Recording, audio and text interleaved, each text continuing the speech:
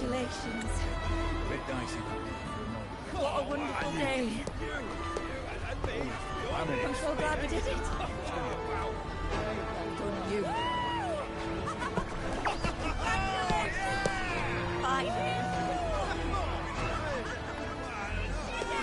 May joy also be upon you, my friend.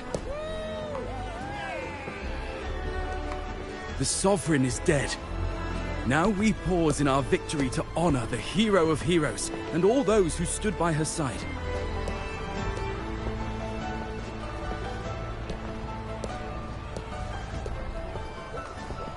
I am Bruno, Master of Ceremonies for the occasion.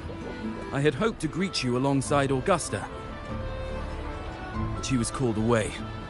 The Senate insists on wasting her time with their trifles. We wish to bestow upon you the honor of Rosebearer. Roses symbolize our glory and triumph, to be shared with all who are gathered here.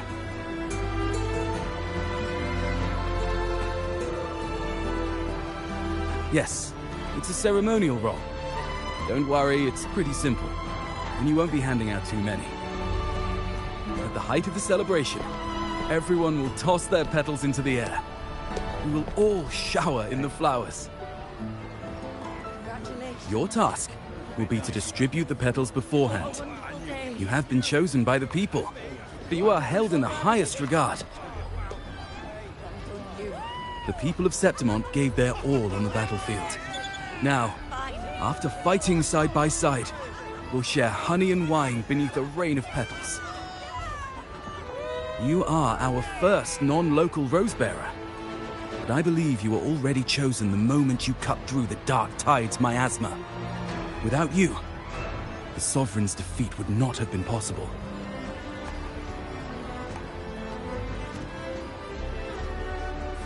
Yes. Oh, I hope you won't decline. This is not only Augusta's wish, it's the people's too. When Augusta arrives, she'll join the other Rosebearers. I'm sure those who partook in the hunt will be honored to receive petals from you.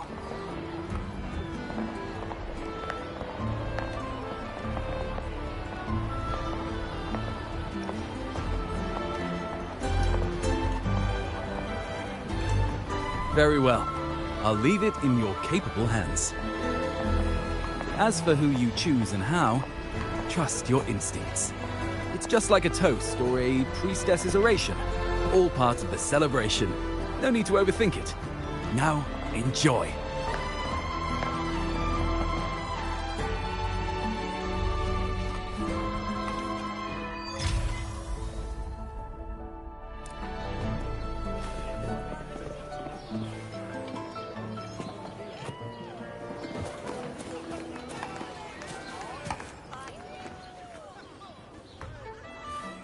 To Septimont!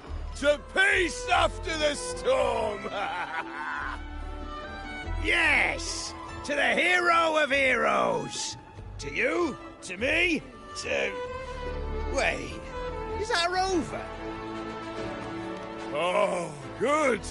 When the time comes, I'll hurl the glory eye and let the wind carry it far.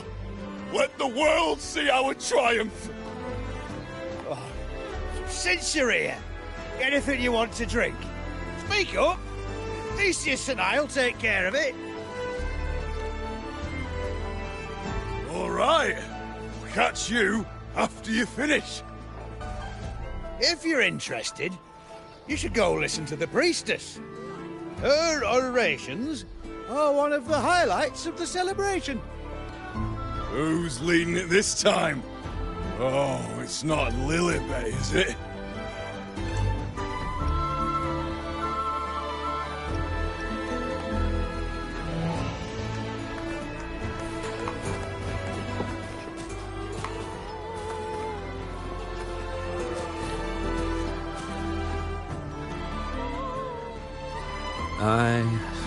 I'm still worried. The Paradise was stopped, right? But the Dark Tide isn't gone for good. The Sovereign's gone. But what if something worse is waiting for us? You're hopeless. So what if tomorrow's uncertain? Does that mean tonight doesn't matter?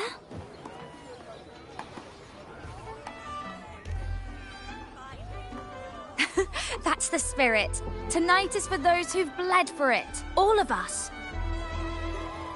Speaking of which, Rover, you're here early. Got a little something for us? Oh, knew it! You were always gonna be one of the rose bearers. Ah, the fragrance really makes the glory linger. Thank you. Be sure to save some for those who've fought by your side.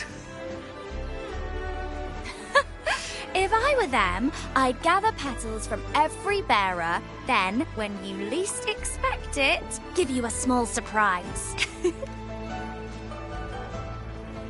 Huh? You know? There's not much left. I'll hand some out over there. Oh, these petals of glory. I wish I could bring more with me.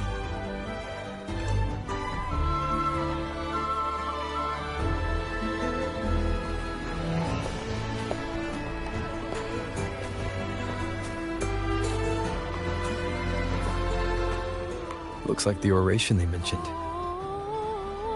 Yeah. Huh. I thought for sure it'd be at an event like this. Well, guess I'll catch her later. Yes. I fear that until Grandmother Lilibet finds a gifted successor, we shall not glimpse further into Septimon's future.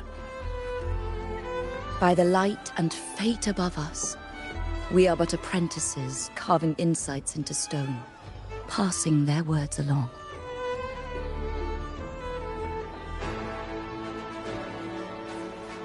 Once, fate flowed like a thread. It guided reverent seekers to glimpse Septimon's end. Under the tide's surge, all was overturned. No soul was spared.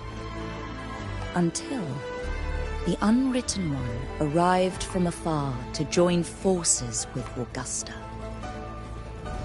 With the Chorosaurus as bait, he cut through the dark tide's miasma to reveal the truth.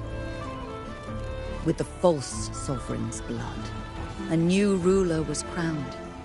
The prophesied end was averted, thanks to Augusta and the Unwritten One. From now on, fear no longer grips me. The dark tide retreats into the forgotten night, and countless souls drink from pure waters again. The new hero of heroes, Augusta, shall lead Septimont into a new age. Thus, the present now aligns with the prophecy Grandmother Lilibet once foresaw in Septimont's auguries. Prophecy of the end, and how we managed to lure the Sovereign out. The order and the story are right. Something's missing. You speak of me and Augusta, but what of Yuno? Who is Yuno?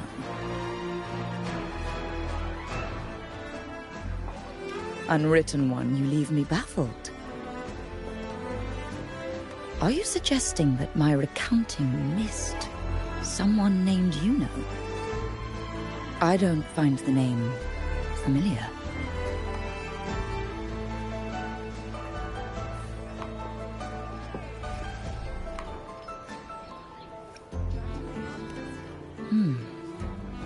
I should know this Yuno you speak of, yes? Yuno is a priestess, just like you. More than that, she wielded the moonbow and fought alongside me and Augusta in the hunt. We defeated the Sovereign together. Don't you all remember? Impossible. As a priestess myself, I can tell you with certainty that none among us bear that name. And I must remind you, we rarely take part in hunts. Our place is with the flames in Tetragon Temple. The hunt for the Sovereign involved many. Perhaps you are mistaken and confused her for someone else. No, this can't be. I don't know what a priestess is supposed to be, but I do know what Yuno is like. And I'm certain she's a priestess. You mentioned cutting through the Dark Tide's miasma. Tell me, if Yuno wasn't there, then who shot the moon arrow? Who shot the moon arrow? What do you mean? You were the one who dispelled the miasma. Yes. On the cliffside, you struck with your sword to cut through the Dark Tide. Don't you remember, Unwritten One?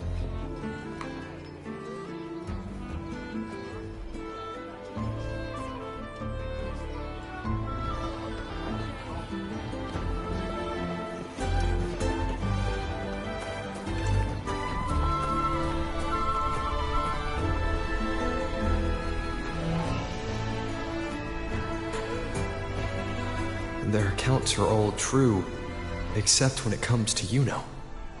How they react to her name is completely wrong.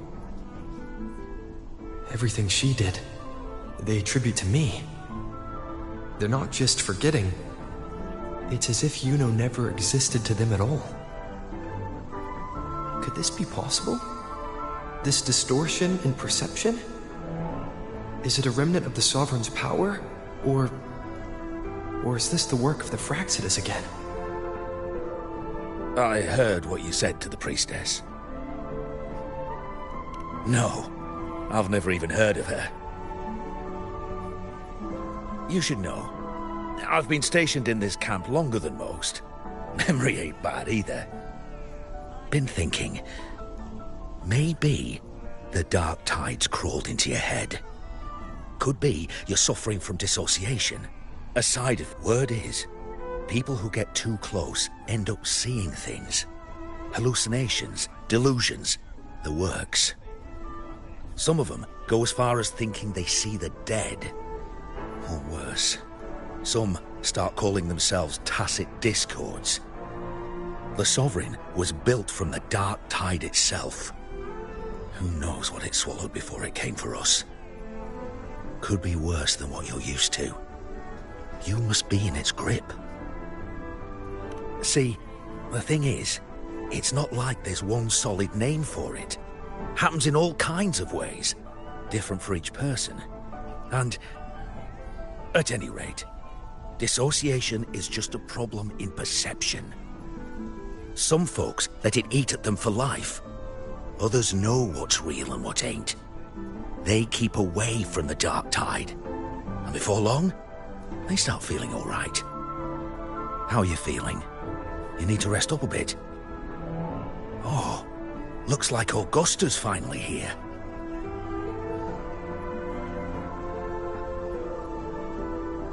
She's been through it too. Faced the Sovereign just like you. If you're still doubting, maybe talk to her. Could help.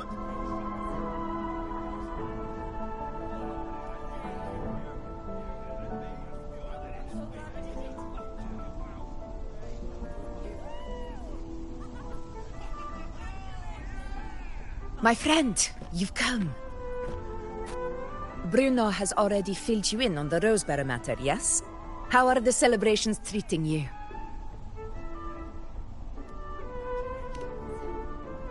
Augusta, do you remember Yuno?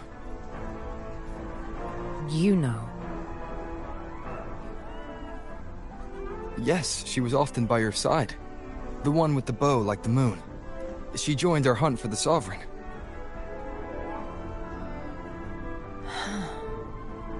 Everyone has forgotten.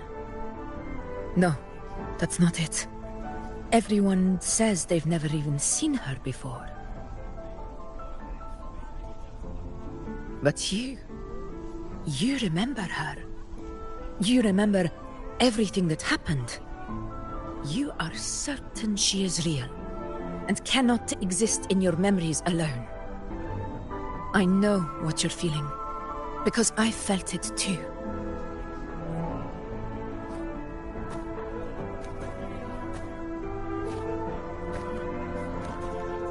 The Dark Tide's frequencies twisted my perception as well. Made me see things that weren't real. The Sovereign's whispers dogged me for decades, tempting me to accept its gift. But that's all in the past. I know now that to find peace, I must see through the deception, fight it, and conquer it.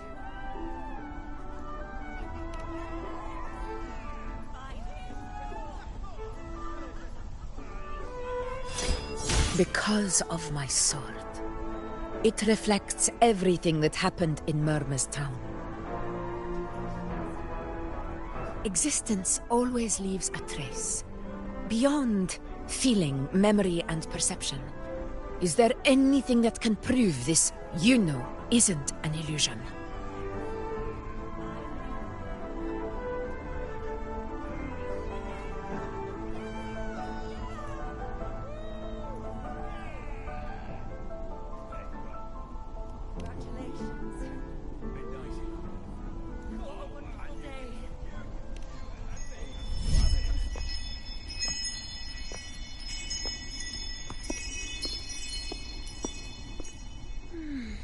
After this, I shall likely sleep like I've never slept before.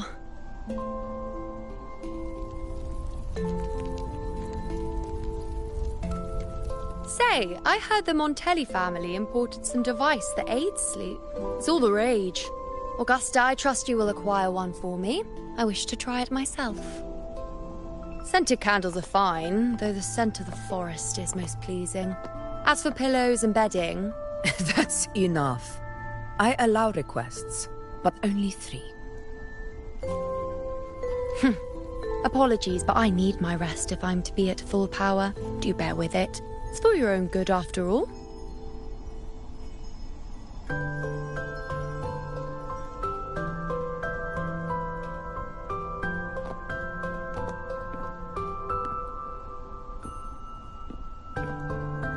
And you, Unwritten One, were I to indulge in a bit of selfishness, you'd forgive me, wouldn't you?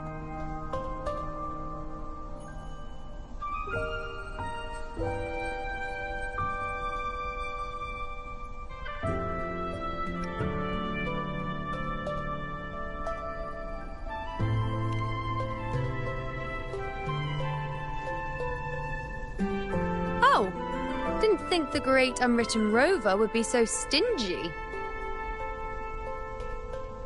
Well, lucky for you, I'm feeling generous today. Now, what brings you to me?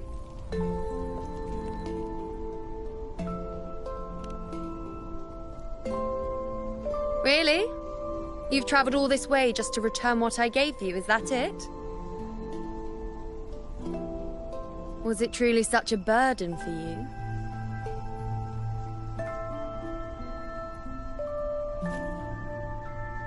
If one day this bracelet becomes meaningless to anyone else, I hope you will remain the exception, Unwritten One.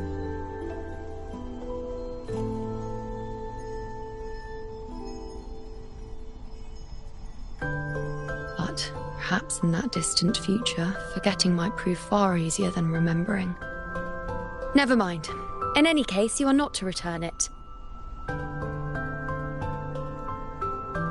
It's something I've carried with me ever since I was bestowed the title of priestess. Keep it for me, if only as a keepsake.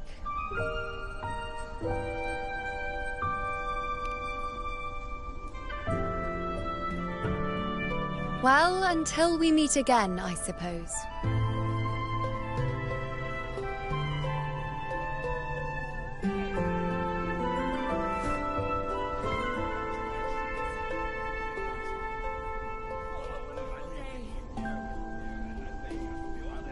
This bracelet belongs to Yuno.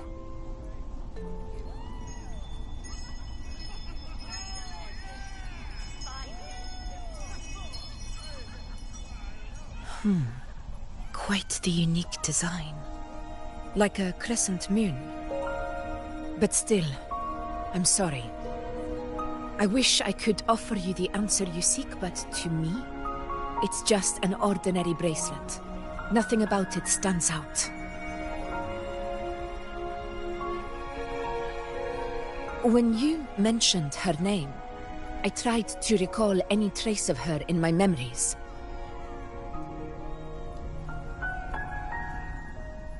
But there is nothing.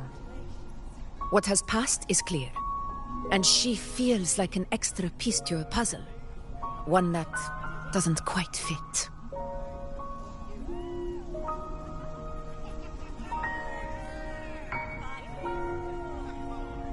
How can this be? You spent the most time with her.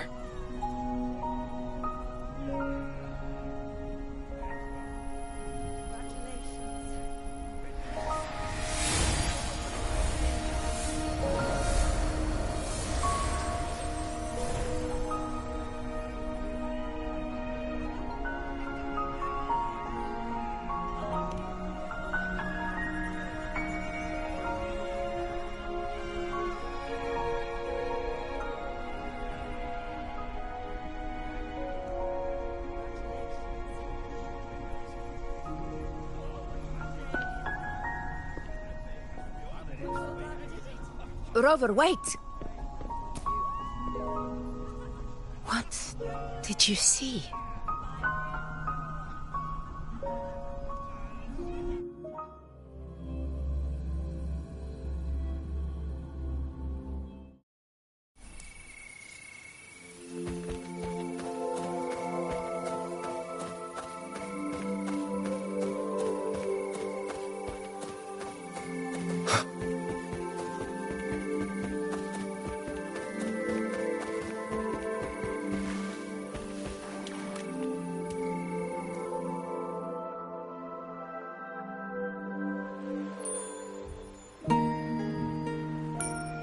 You know.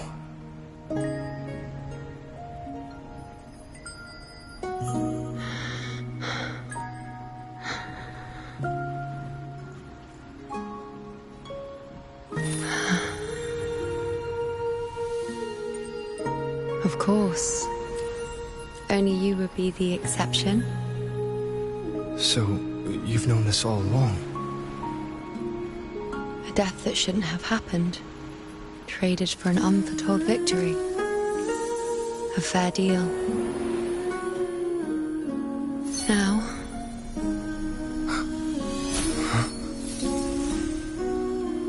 I am but a fading sliver of moonlight. I'm sorry, but... even I fear being... forgotten.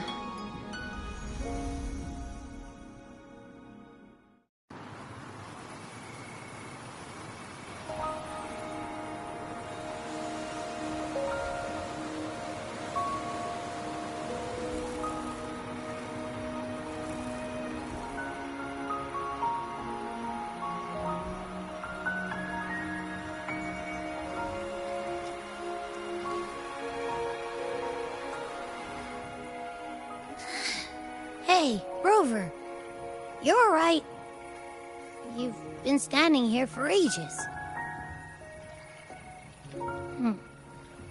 So, Yuno's really gone. Just like that. Well, duh. Even though I was snoozing on and off, I still remember everything that went down. Crystal clear. You told me the first time you met Yuno was in the arena, right? She scared the toga off that other team with just a few words. Intimidating stuff. But when I actually met her, she was...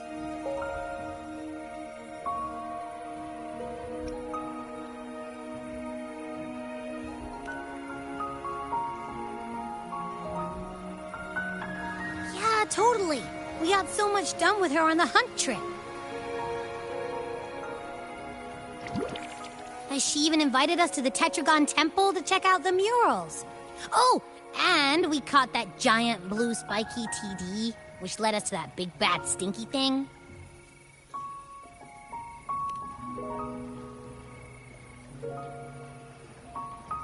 Yep, and I'm pretty sure she was the one who took that moon bow and blasted the dark tide wide open. Not you, not anyone else. And that bracelet. She gave it to us to lure out that nasty big fella. Even asked us to keep it for her. So it doesn't matter whatever anyone else thinks. Or what happened to her. You remember her. And I do too. It wasn't some made-up crap.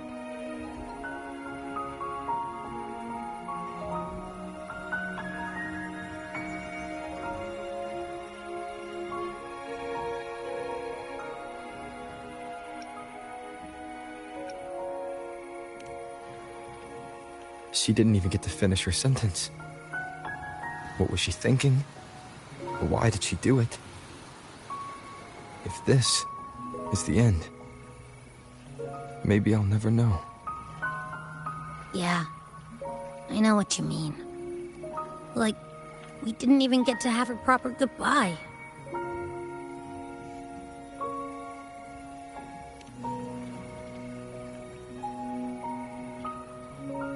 I don't care if Yuno foresaw her fate and chose this path for herself. All I know is I won't let it end like this. Not with her fading into oblivion. Like Augusta said, everything that exists leaves a trace. Since she's a priestess, I'm sure to find traces of her in Tetragon Temple. Halid could be the breakthrough I need.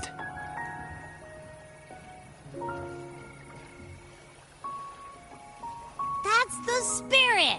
Look at ya, snapping out of that funk. Knew you'd be back at it soon enough. I still got some kinks to work out before I'm in my Super Echo Abbey form, but you can bet I'll be here. Remembering everything that happened. We'll figure something out, whatever it takes. Even when I'm just riding along. I'm in this with you, pal.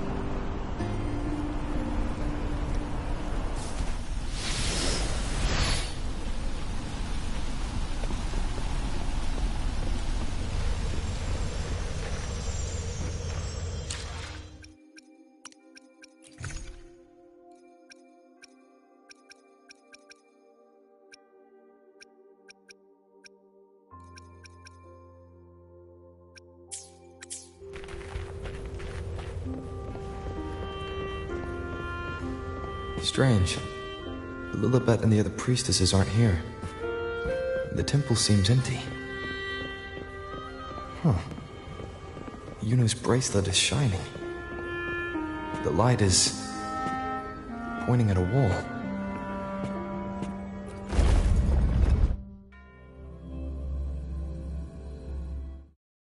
Where could this lead?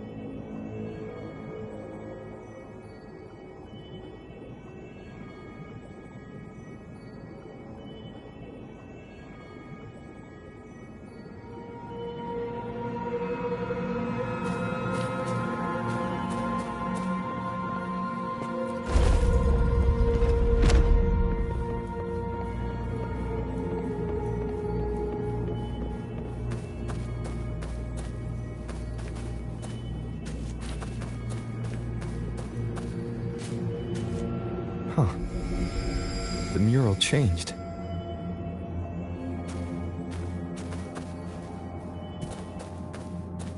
Cherish every gain.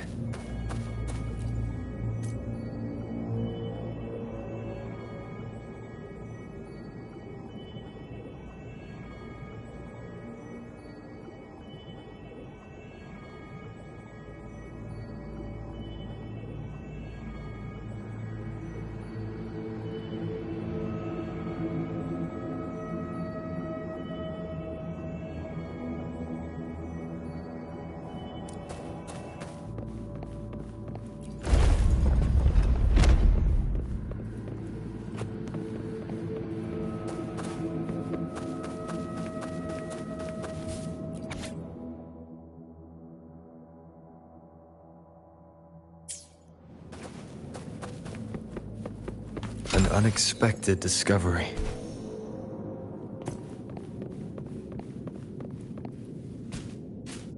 Is this rewriting what was? Or revealing what should have been?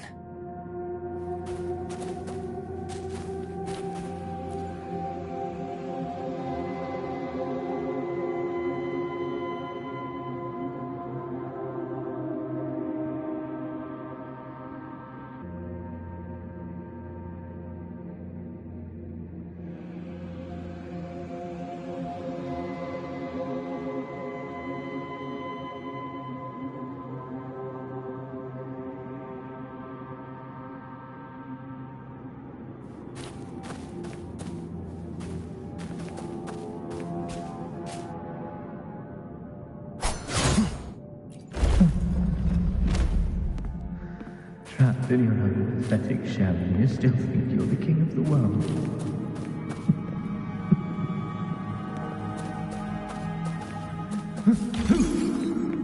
Who's there? Show yourself! Yes. Yes! I've been waiting for this moment.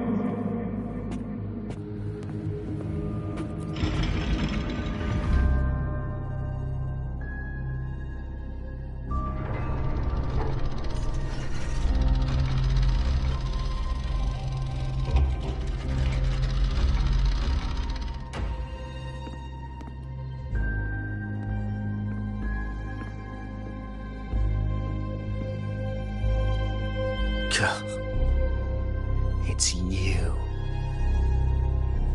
The person I need to lure fails to show, and now you're here to mock me. Is that it?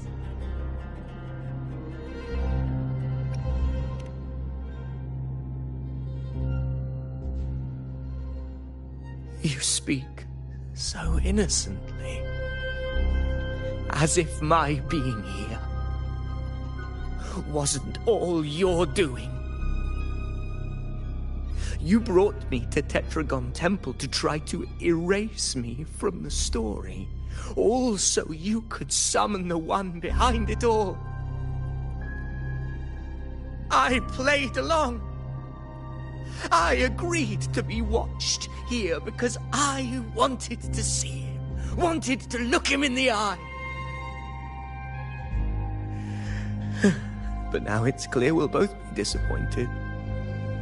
I am fate's discarded pawn, and he couldn't care less what happens to me.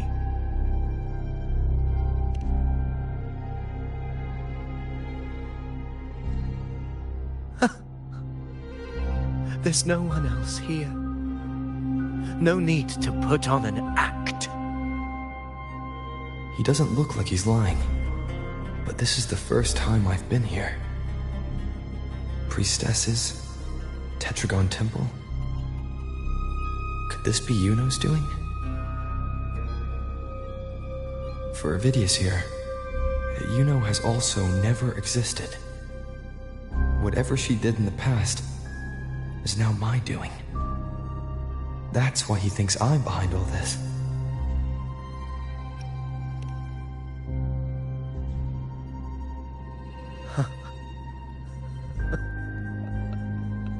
At this point, what do I have left to hide? I always thought I was the hero who conquered Main's Deep, the one more worthy of ruling than even Augusta. Until the day I led the charge to Murmur's Town, determined to stop my comrades from falling to the dark tide and prove I had what it took to be king.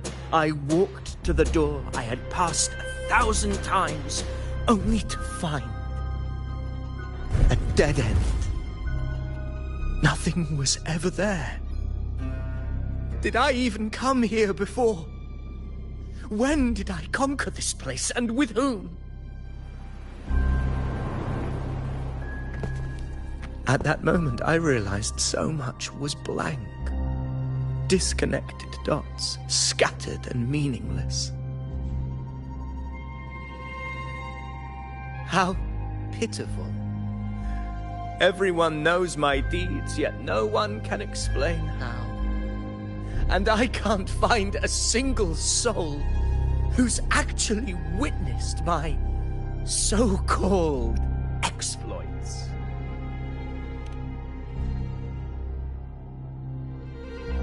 Yes. So I tore through my memories until I saw a hand holding a feathered quill. It wrote everything about me from the moment I was born.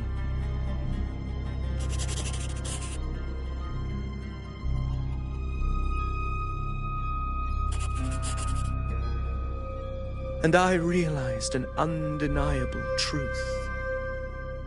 Existence is anchored in connection, feeling, and memory. They are its very manifestation.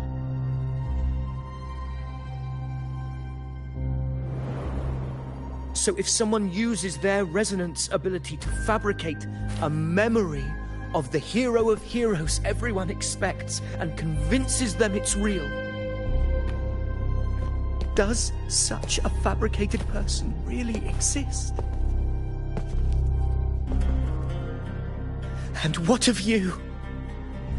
The one they call the Unwritten One. An undefined, unknowable void that can anchor unimaginable connections. Imagine the existence that could emerge.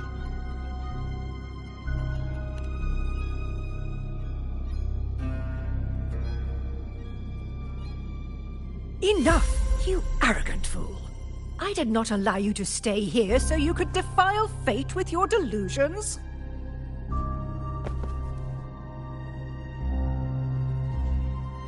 Please excuse this disturbance, Unwritten One.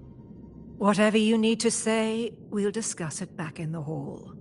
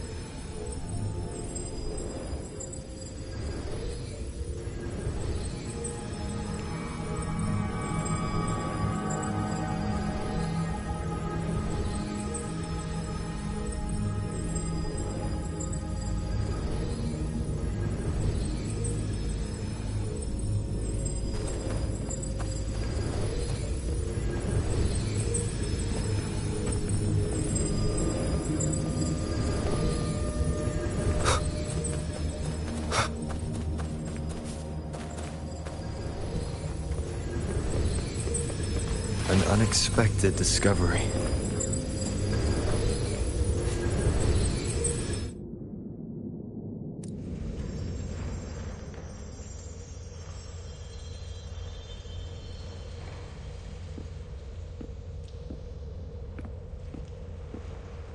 My apologies.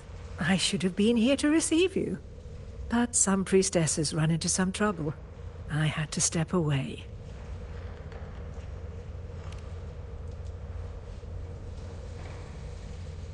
Simply put, aside from what's already been verified, we can no longer see any other of Septimon's auguries. The full scope has always been out of reach, but this feeling of being blocked by an impenetrable white barrier is something I've never encountered. It's as if there's nothing there at all.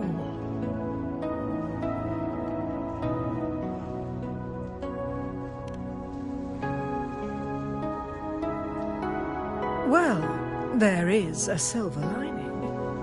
Septimon's auguries concern Septimon's future. But as for smaller, individual futures, we can still see those.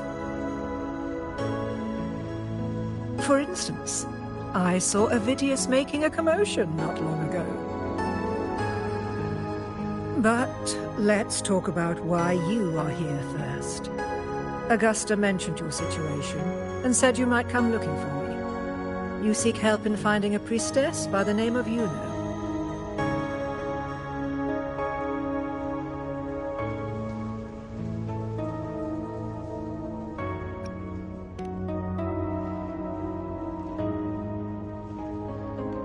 I wish she were a figment of your imagination, a product of your proximity to the Dark Tide.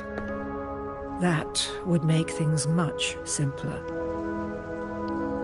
Because I did find a record of a priestess named Wuwa. But according to the record, she died 3 years ago, buried where the Dark Tide swallowed the spring basin.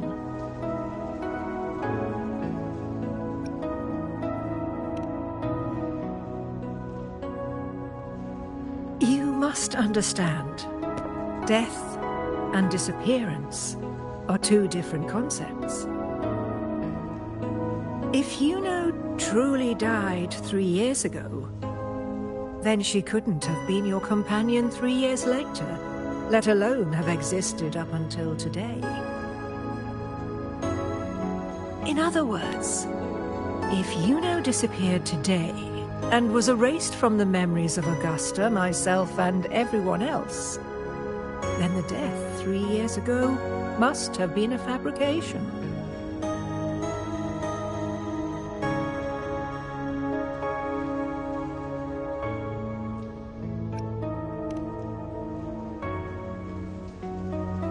If someone has truly disappeared from this world, do they need a fabricated death? Likewise, when someone dies, they no longer exist in a way that others can feel. These two causal chains should be clear. But they crossed paths with you, the unknowable void. Although I hate to admit it, Avidius was right. Since you still remember Wuwa, and thus hold on to that last connection between her and the world, you've essentially anchored her. This has caused the causal chain to become tangled. The ending is still unwritten. Right now, she is but a spectre, stuck reliving her past in the chaos between life and death, between existence and non-existence.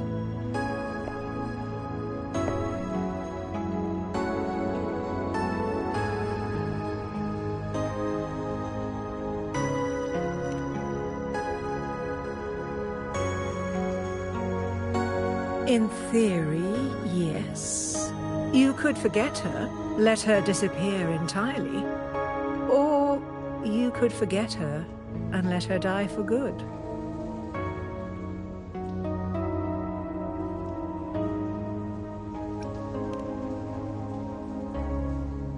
I believe insight into fate is not to tempt one's defiance. It will move according to its intended end. Besides, It's already granted you a rare gift. 2 options. More than most ever get.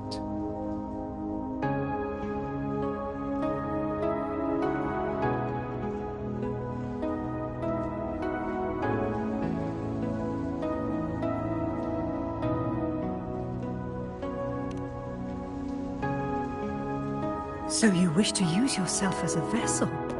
To anchor the memories, feelings and connections with Yuno in the chaos, manifesting her back into existence. Anchor, manifest, whatever you want to call it. All I know is Yuno's not gone because of me. So why shouldn't I be able to bring her back? If I can tangle the causal chain, why can't I create a new possibility? Your thinking is bold, to say the least. But do you really understand?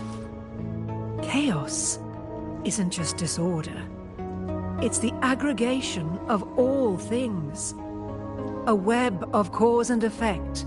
The convergence of infinite possibilities. If you end up lost within it, you risk being consumed, never to return.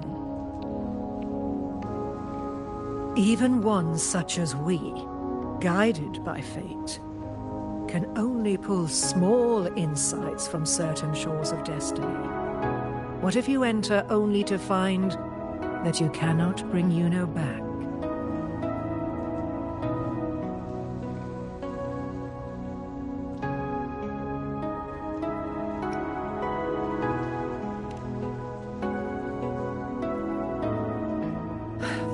Chaos isn't a place in the usual sense. The key to entering isn't about where you are, but what's happening and what you do in that moment.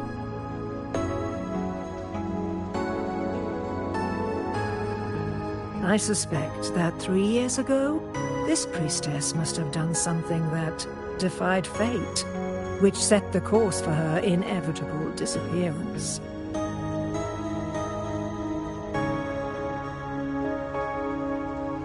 If you can get close to that inescapable knot in the causal chain, maybe you'll find a way in.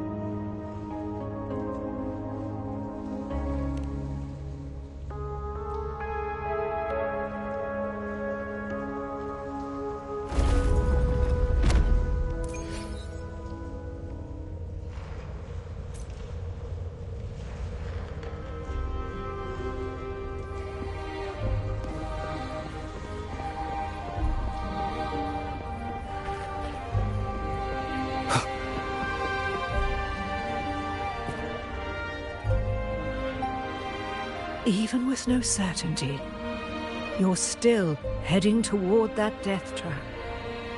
Unwritten one. You've made up your mind, haven't you?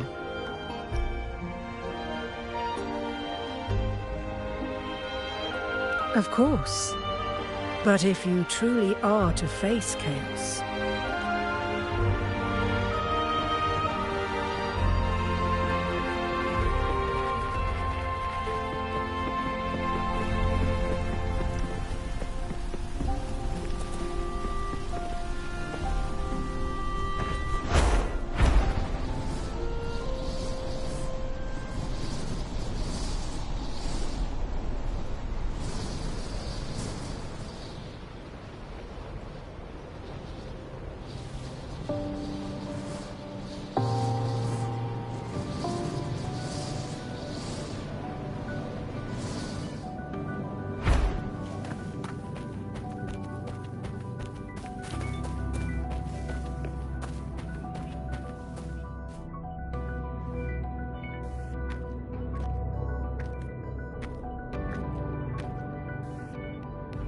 we're here.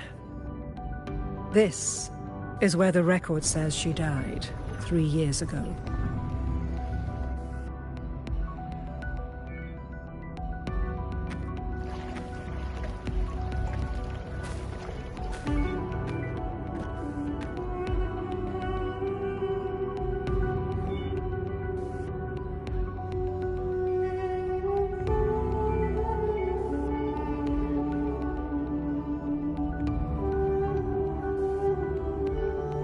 Nothing here. Well, that's okay. You tried, Unwritten One.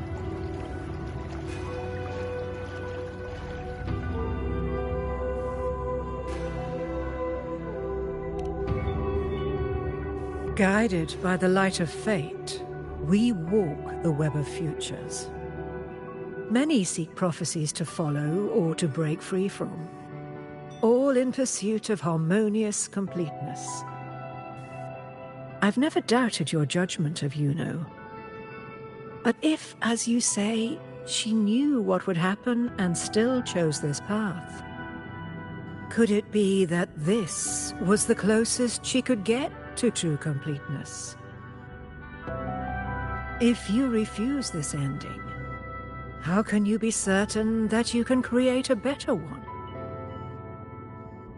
A life with all its experiences and feelings, shredded, scattered, and thrown into the realm of chaos. What you find there may not be beautiful. It will be filled with pain and emptiness. Even if you do find a way in, your time together may be brief, with so much uncertainty. Do you still feel that you must go? If there were any doubt, now I'm sure. Wait, you...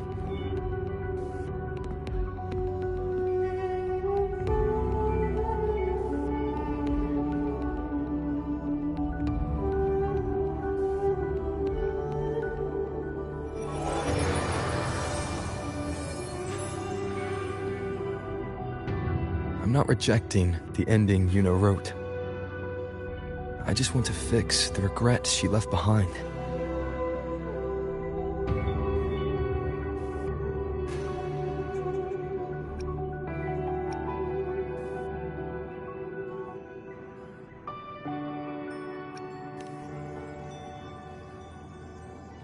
An unnecessary death traded for an unforetold victory.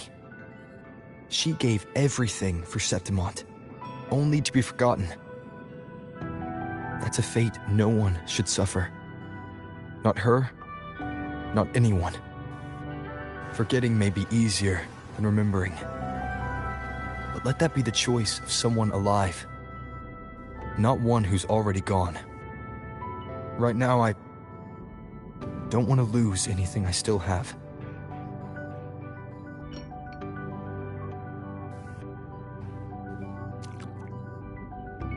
The secret to anchoring lies in connection and its manifestation.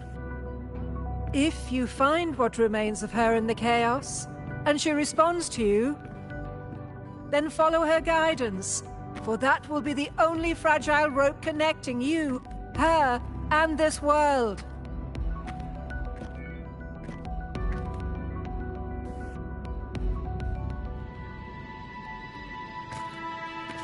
Endlessly cycling, shattering futures. Is this chaos?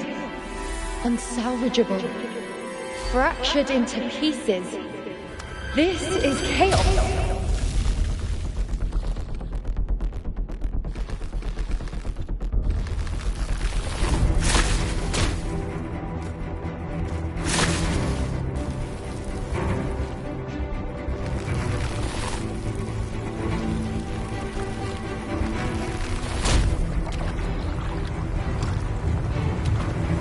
Countless possibilities, both true and not true. This is chaos. Until every anchor is revealed, laid bare in the light.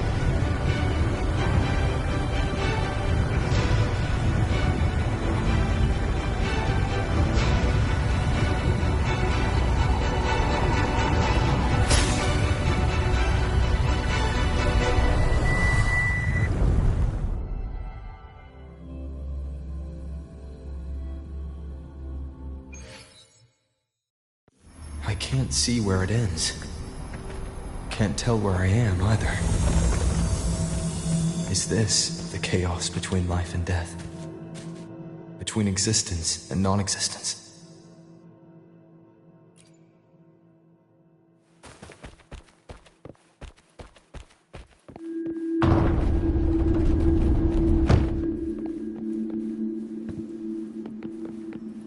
That's in the center.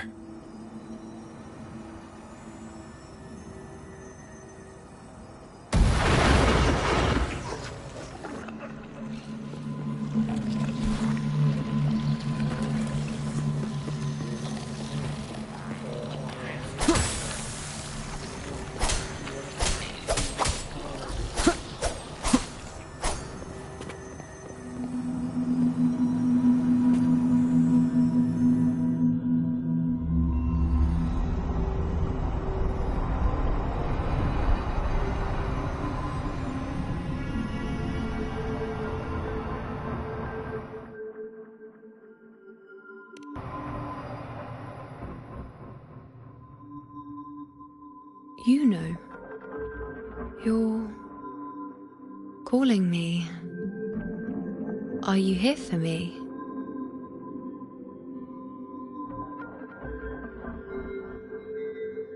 Why would someone be looking for me?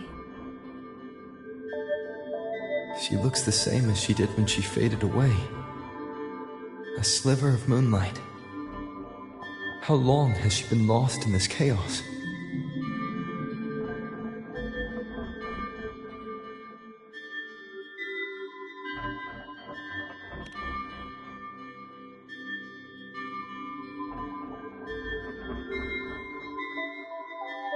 I know you. You are unwritten. A blank. An unwritten blank.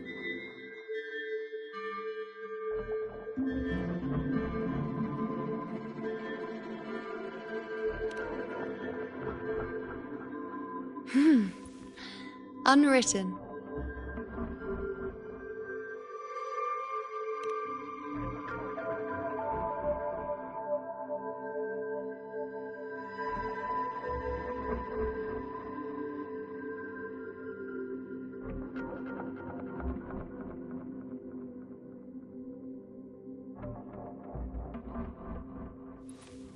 I will guide the unwritten with the moonlight to find more of me. She responded to me. Now, she's guiding me.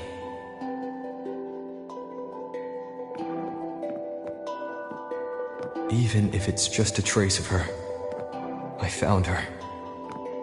Now that fragile rope connecting her, me, and the world is already in my hands.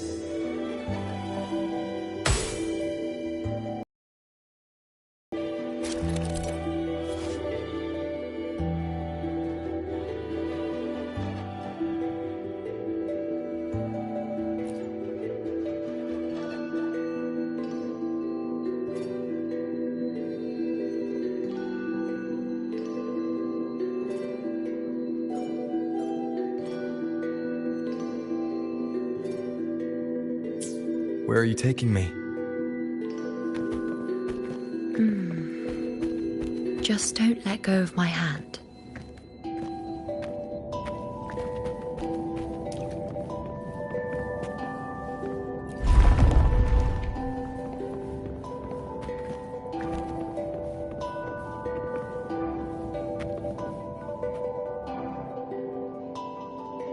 Guided by the light of fate, we walk the web of futures. Grandmother Lilibet has already prophesied her successor. Yuno, born in a lunar eclipse, will become a prodigy priestess. Wait, Sibylla's Yuno? I know that girl. Wild and dramatic. She's just won a handful of matches. Do you really think she'll come to Tetragon Temple? Her mother is a former gladiator champion, and her father a famed blacksmith. She's already from a highly respectable family. And she is skilled with a bow. Maybe she'll just want to be the next champion, you know? She is spoiled for choice. The prophecy can't be wrong. Grandmother Lilibet's already seen it. She'll resonate with the moon's phases. That's a huge honor. Not just anyone can see fate's patterns, and she'll be able to see it more clearly than the rest of us. It's our duty to share visions of the future, to guide Septimont and its people forward. Such glory. She won't refuse, and she shouldn't. This is the past, where my existence left its mark. I see. Grandmother Lilibet said that the key to anchoring lies in connection and its manifestation. Let's try to find more.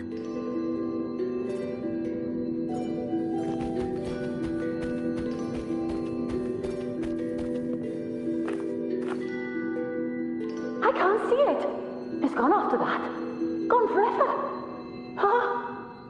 Just one desecration is enough for the ordinary. I just wanted to understand, to look at it, to see the blinding flames. I was so close to seeing the outcome, to tracing back the cause. You must be smarter than me, stronger than me. Tell me, did I do it right? Staring at the sun, burning with pain for that roof. Tell me, have I gone mad? Is it me who's gone mad?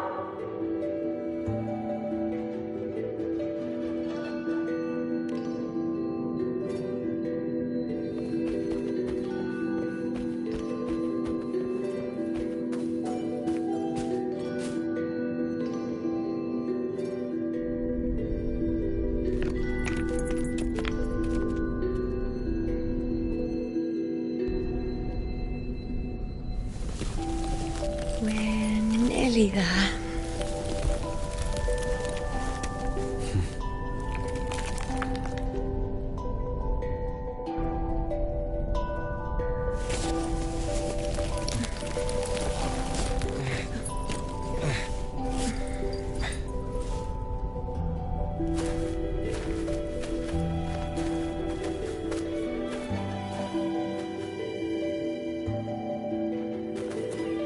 Let's go before chaos catches up to us.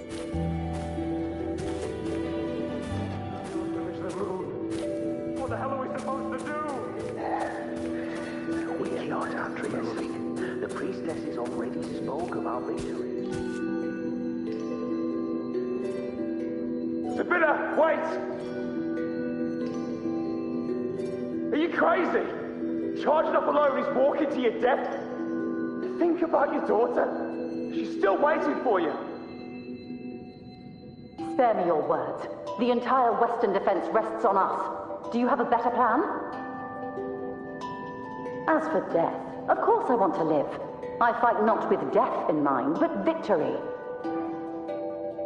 Yet if glory and death come hand in hand, so be it. Let the bells toll and mourn me when the time comes. Until that moment, I will not stop. Is this how it was? Or is this just my imagination?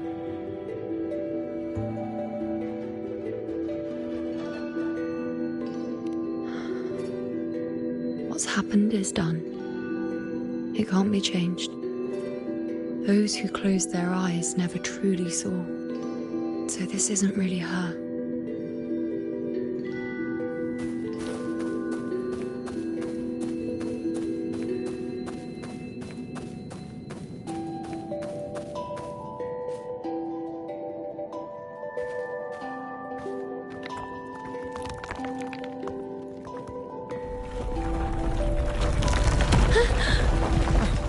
You know!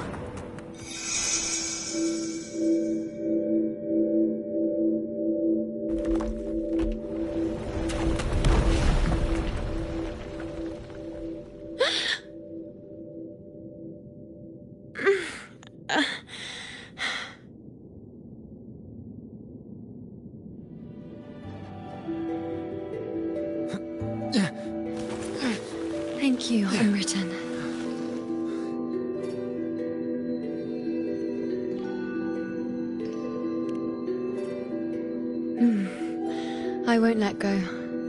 I don't want to let go.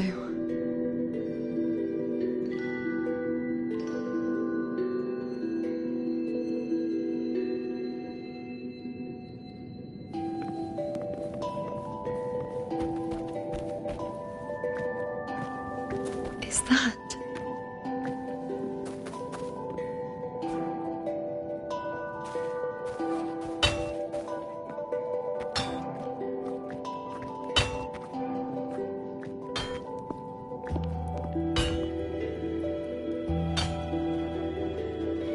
Ah, there you are. I've been waiting for you, you know.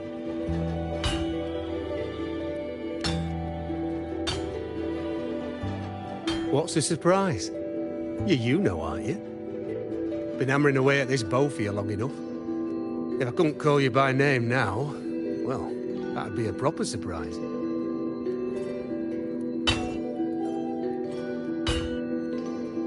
So, you came for the bow I promised you, eh? Still want it?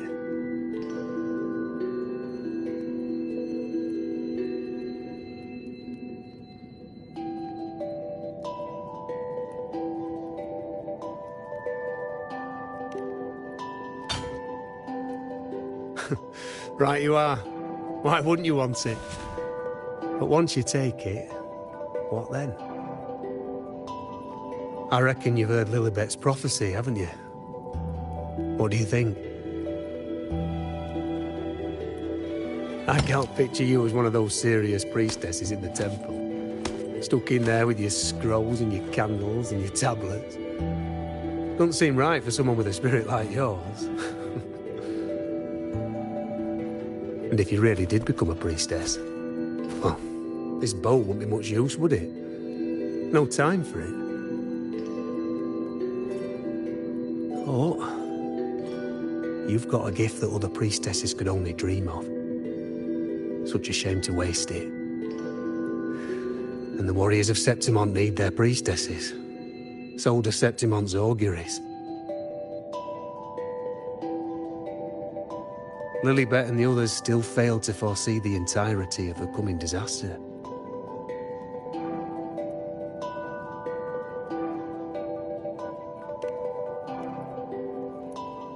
Ah, well, it's not my place to say. You make up your own mind, and that's all that matters. As for me, I make weapons. If you still want the bow, I'll forge it for you. But the materials, well, you'll have to gather those yourself.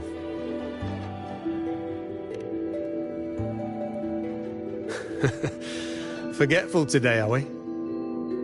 Didn't you say you wanted to craft a bow from your favourite Lunarum bow? Truth be told, making a bow isn't all that different from making anything else. You learn as much as you can, repeat it often enough, until you've shaped it just right. From nothing to something, to its final existence. That's how it's always been, eh? But like I said, if you still want it, you'll need to gather the materials first. When you've gathered enough Lunarum bow, you'll get your bow. And if you're not sure where to look for it...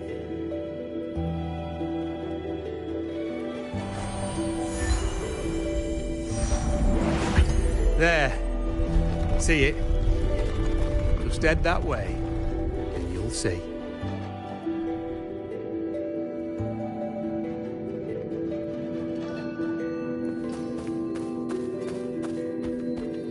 Lunarum bow.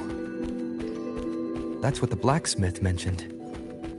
It looks just like what was used for your bow. Mm-hmm.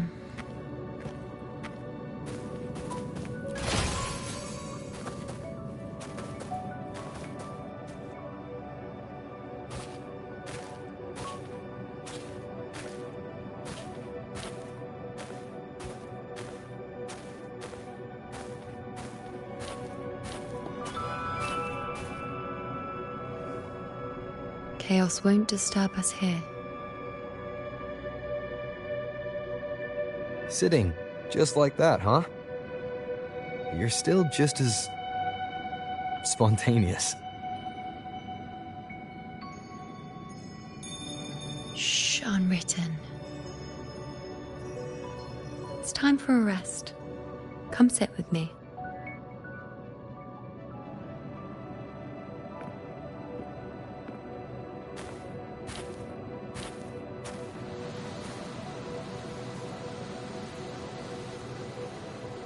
I've never said it properly before, and I don't know if you fully understand it now. But now that I found you, I will bring you back. I won't stop until I do. Because you said it, I believe you. We rest to manifest what we've already found.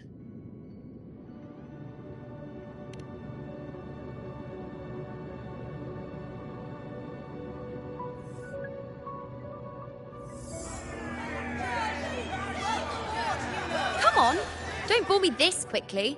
Show me what other tricks you've got up your sleeve. Victory? That's the only befitting outcome.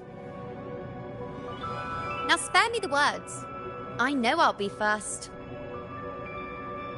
This is only the beginning.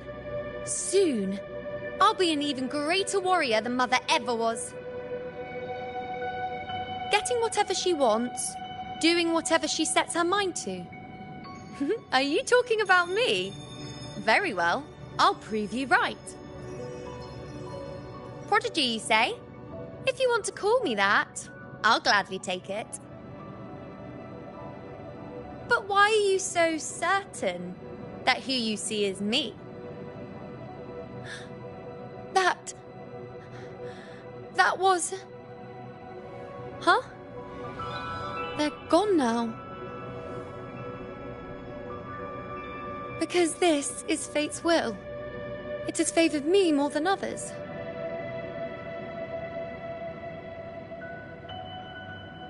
Because I can see what others cannot. Only I can see further. But...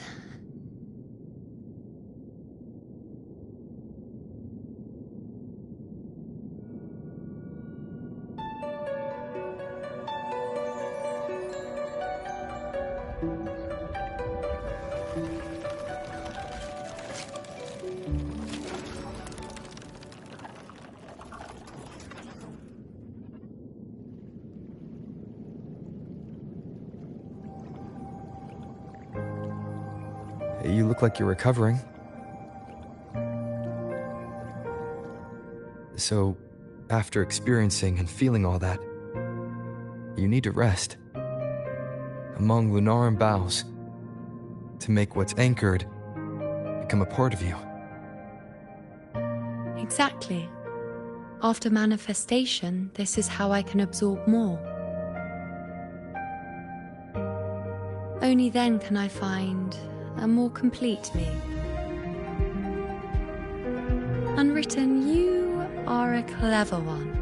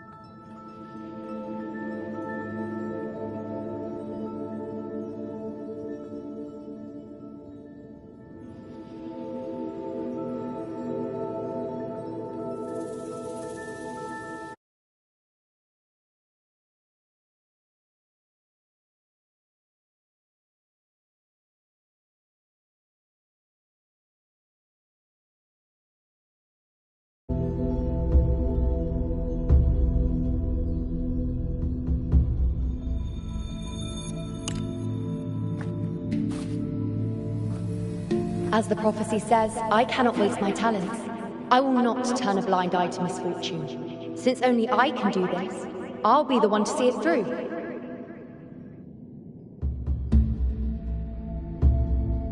A gladiator or a priestess, what does it matter? I'll face fate and see just how far I can go.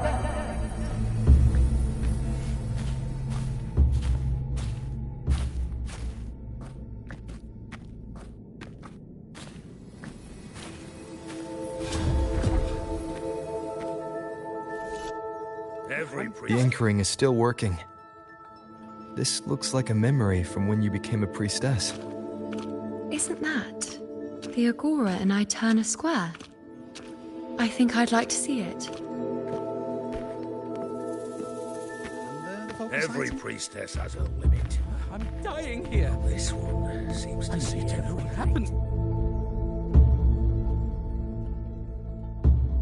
Back then, it seems you didn't mind giving prophecies. The people were much closer to you than they are now. Over there? That was my divination altar. They're waiting for the priestess's words. I must go and deliver it.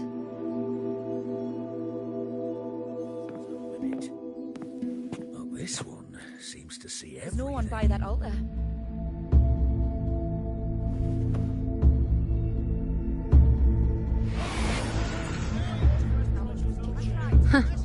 You look unfamiliar.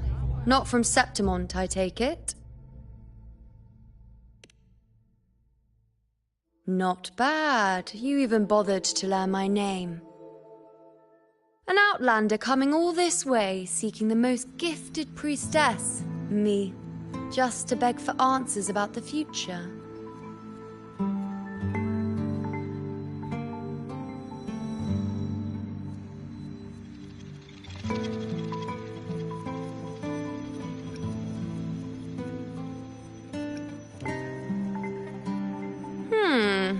What's this about? How dreadfully complicated.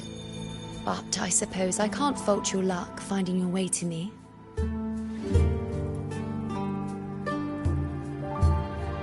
They say a priestess can't see everything, but when she does, she's always right. But I'm different. I can see everything, and I'm always right. Even when I'm not in the temple bathed in flame, I have more than enough power to see your future. So far, nothing's happened that I didn't already foresee. Now, hand over whatever item you've brought. I'll see what's been bothering you.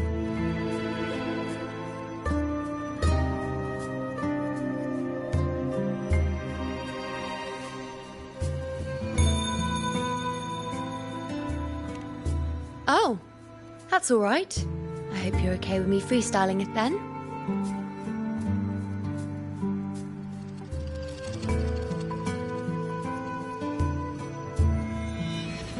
What? I see a void? I can't see your past. I can't see your present and your future. How can this be?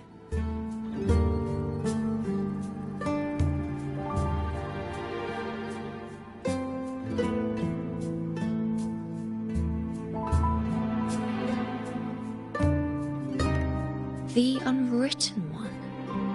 Why is that familiar? Who exactly are you?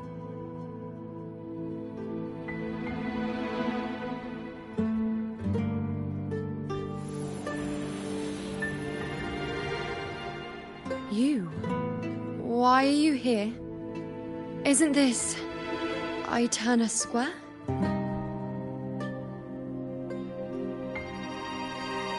Did something happen in Septimont? Is it Augusta or the others? No, that's impossible. I should have disappeared by now. Why do I feel so tired? Like I'm walking the same path over and over again without end. Why do I see so many memories from the past? My mother, the other priestesses, and you. You've done something for me, haven't you?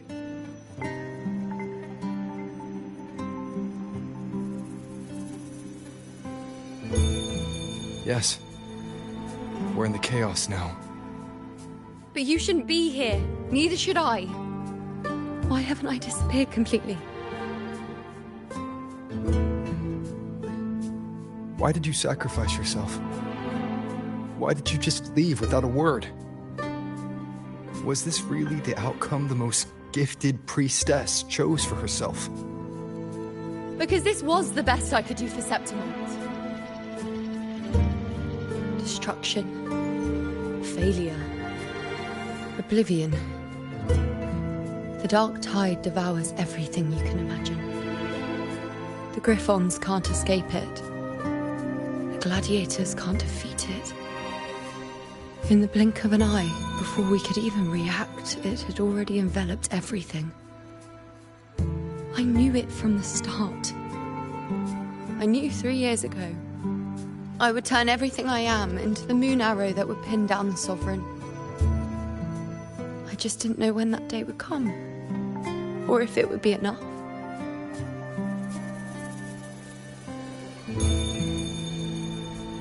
Until I saw you.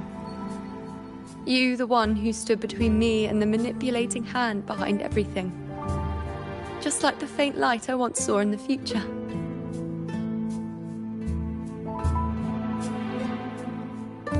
I finally understand. My defiance, my sacrilege. It was all worth it. Now I found the answer.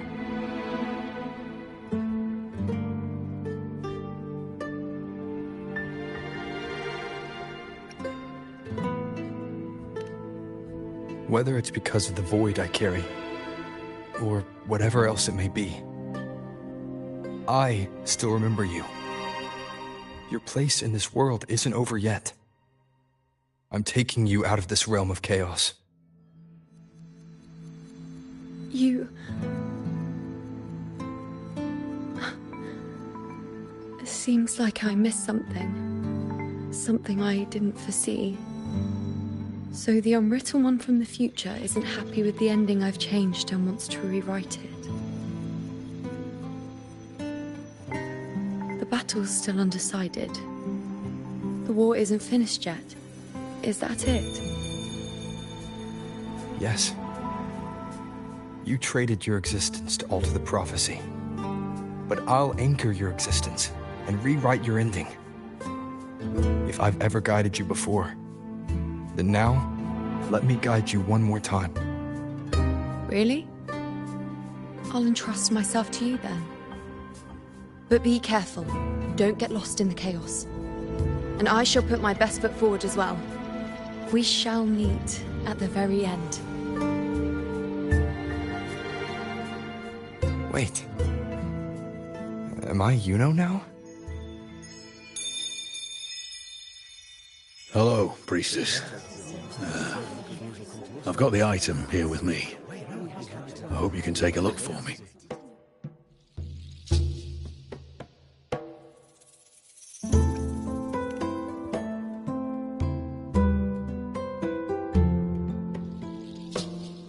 My squad and I were once ambushed in Kassos.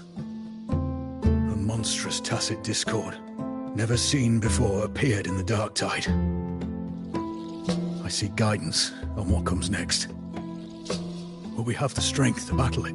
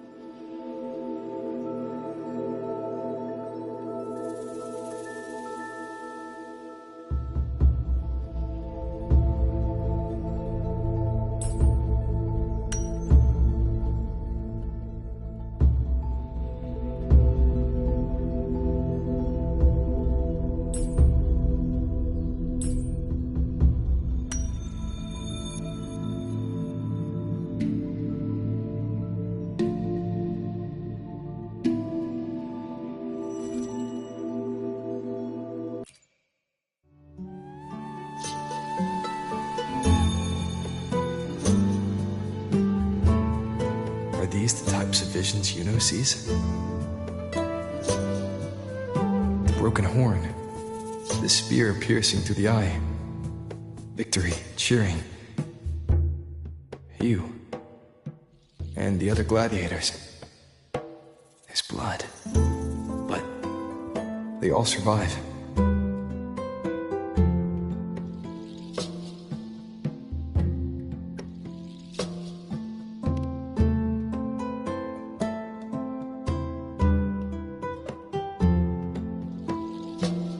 Seeing the outcome gives new information. Now, their future is both certain and uncertain. Knowing it ahead of time lets them prepare. And with that, gain the upper hand. The beast falls, and we are cheering. Its eye is pierced by a spear. Its horn is broken. So, that's its weak spot. Is that the key to our victory? Thank you, Priestess Yuno. Your words put my mind at ease. Can I come see you again once it's all over?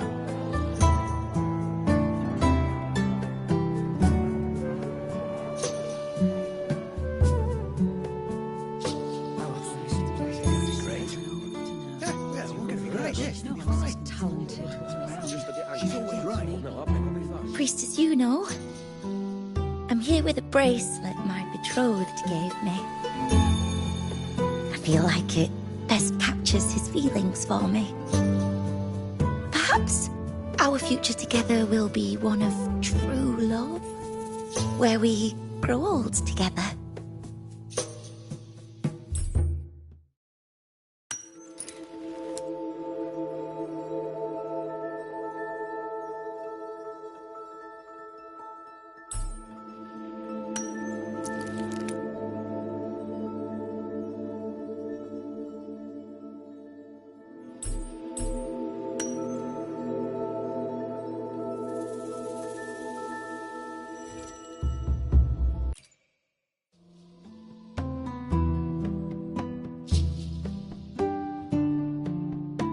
Pain or conflict, the confusion, shattered hopes. They don't look that old. Not much time has passed. Is that their child? It's not as clear as the last one.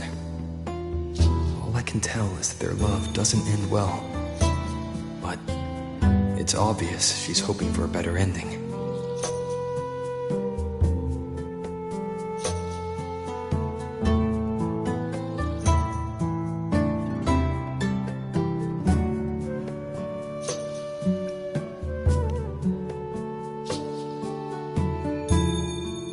If a priestess's vision is never wrong, then telling her won't change a thing. But what if it's the act of telling her this prophecy that causes that ending? She should decide the path she wants, regardless of the outcome.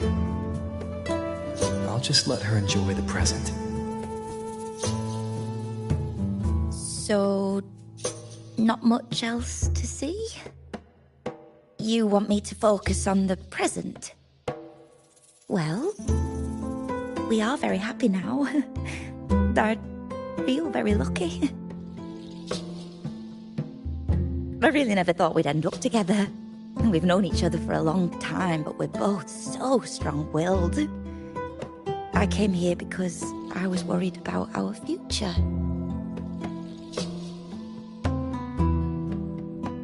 What matters is that we're in love now. Whatever comes, I don't want to let him go. And thank you, Priestess Yuno. No matter what, thank you.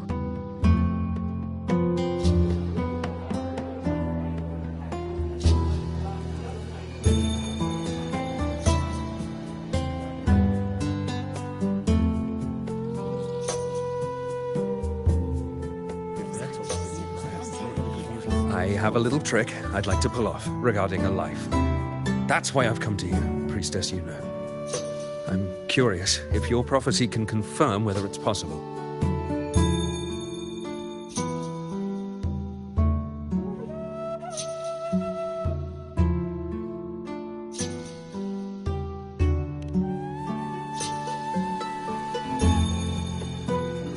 don't be so hasty to dismiss me. What if the trick I wish to pull off is against fate itself? Have you never questioned whether it could be deceived or defied? I speak of fate, of course.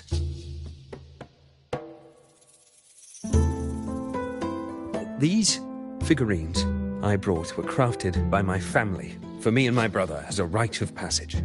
They're made in our likeness.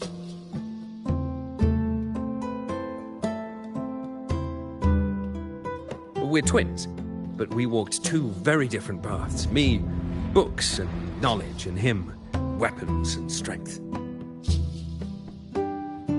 By chance, I learned my brother's fate in Tetragon Temple, destined to die this summer at the hands of a tacit discord.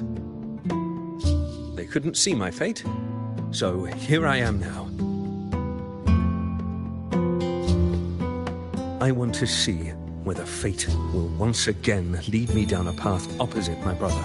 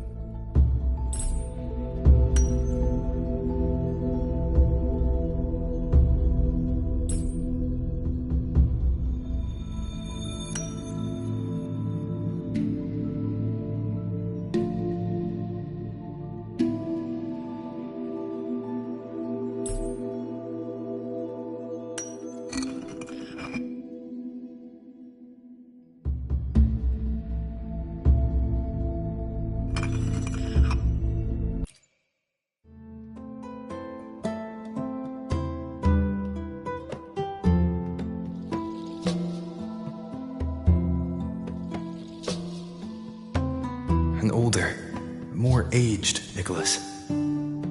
Peaceful. Dead at 50? No, at least 60.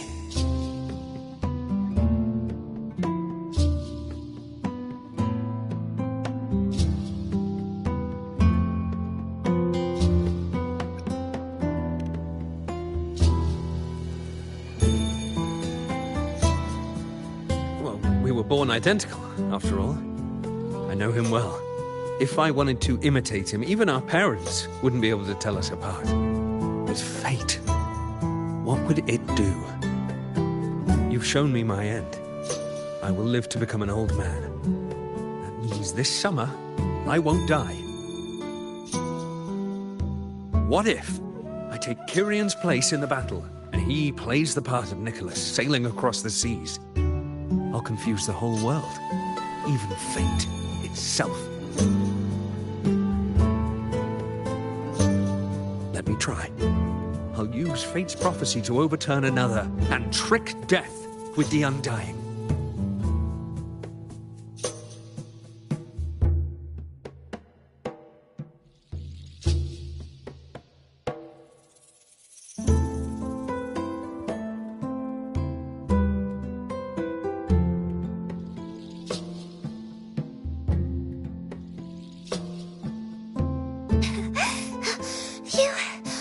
Priestess, is it true that if I give you the right thing, you can see everything?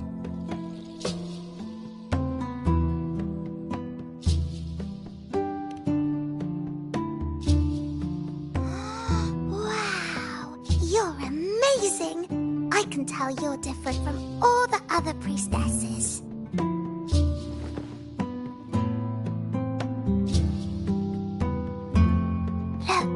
Grandpa made this bottle. Can you see where he went? And what did he turn into? I want to find him quickly. He left so fast. He must have forgotten to tell me.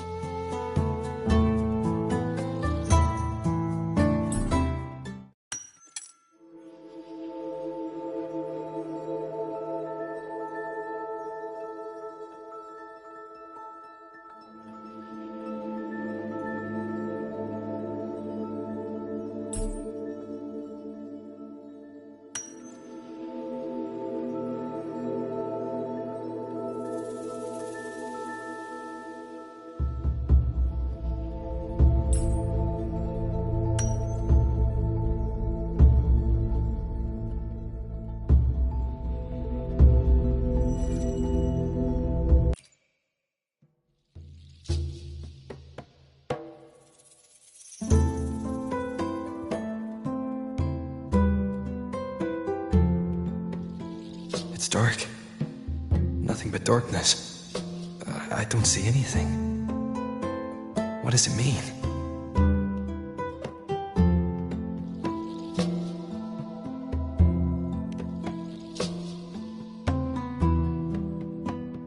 I see. The priestesses at the temple said they saw the same thing. They said when someone dies, their light goes out, and everything left is just pitch black. Nobody can see anything anymore.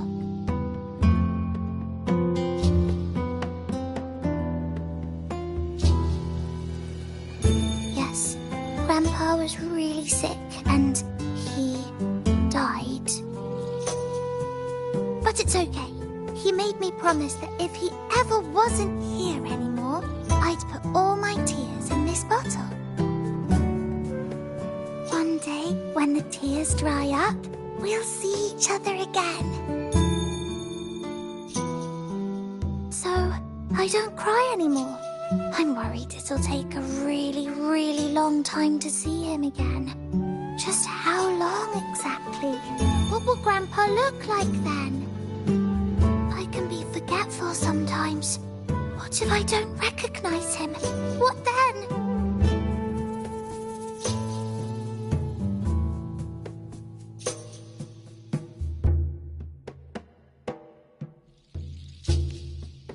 Wait. I see a flicker of light in the dark.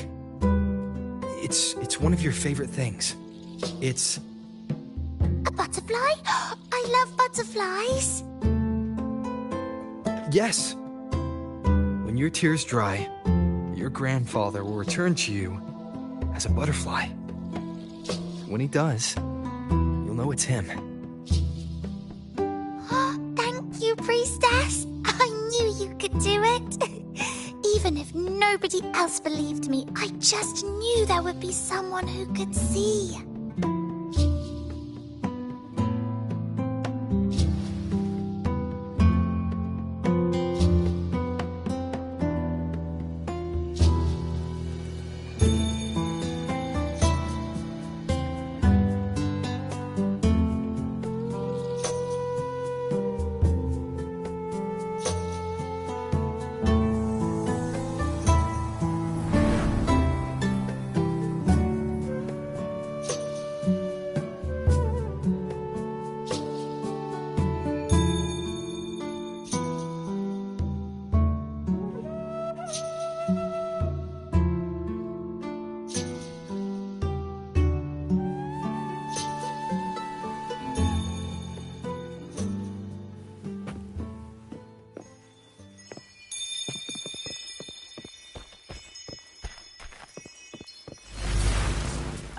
For 3 weeks, I removed everything that could catch fire. I couldn't have been more careful.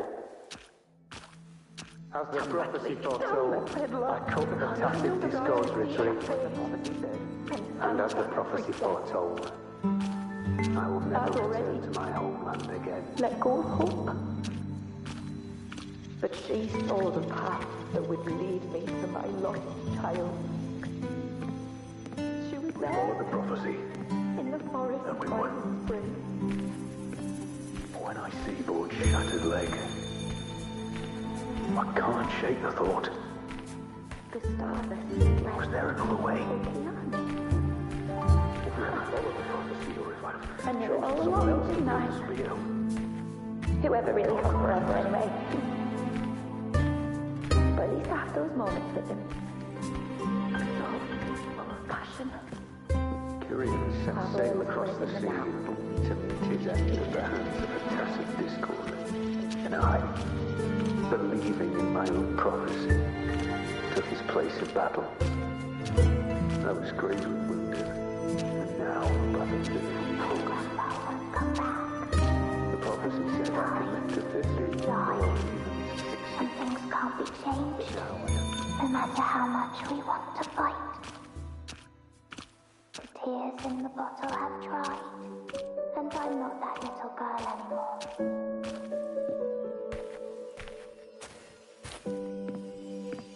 Let's rest here. One more time. Anchor these memories and connections. Make them a part of you.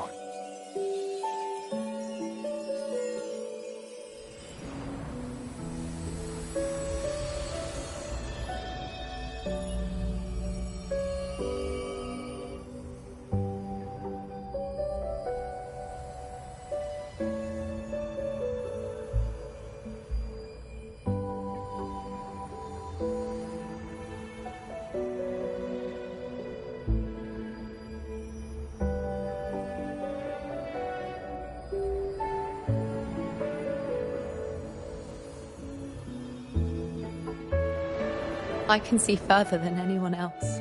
I can see things no one else can. I've seen things others can't begin to imagine. So why, at the moment I should have seen the clearest, did I close my eyes and shut it out? I was so close. If I hadn't closed my eyes, I would have learned the causal chain and I could have stopped it.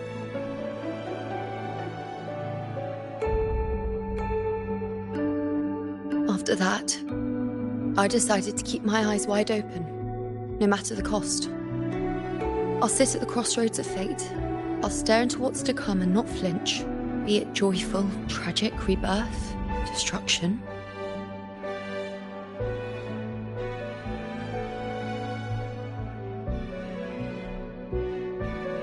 Until I see it all. Until I know everything. Because I am stronger than anyone else. This is something only I can do. But if the priestess's prophecies were really perfect, we could avoid all misfortune. If there is such a thing as fate, then misfortunes cannot be avoided. Just because you know the outcome doesn't mean the journey isn't worth it. If life is destined to follow a predetermined path, does it even matter if we know our fate?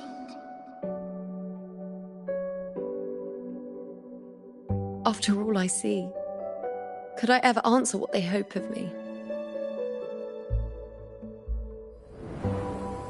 Does glimpsing one's fate really matter?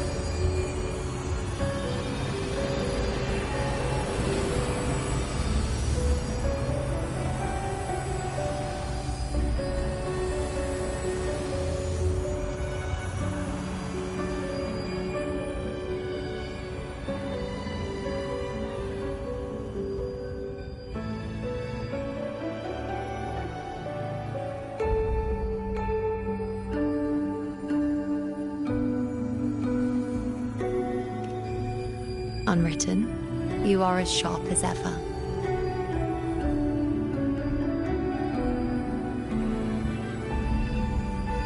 Seeing is simple, but facing what you see isn't.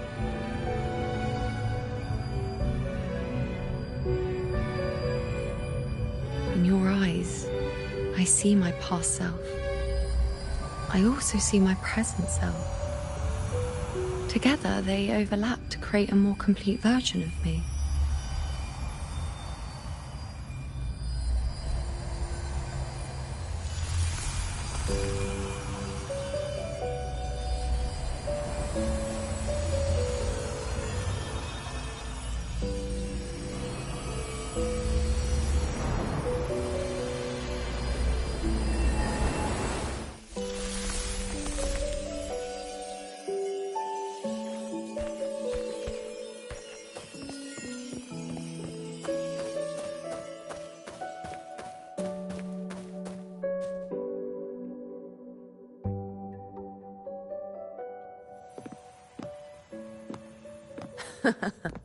Still giving prophecies, you know. Like the first time we met on the plains, you told me you saw a glory as bright as the sun, one that would earn you respect. Truth be told, I didn't think much of your words back then. When I want something, no one's permission is needed. Nothing could stand between me and my goal. When the prophecy came true, though, I found it unsatisfying. Imagine thinking you are the master of your own fate, only to learn, for better or for worse, everything you are is part of fate's design. It's as if fate chips away at the untamed part of you, turning you from a wolf into a caged rabbit. And you saw it all so easily. Truths as clear as the moonlight, bright, yet distant and cold.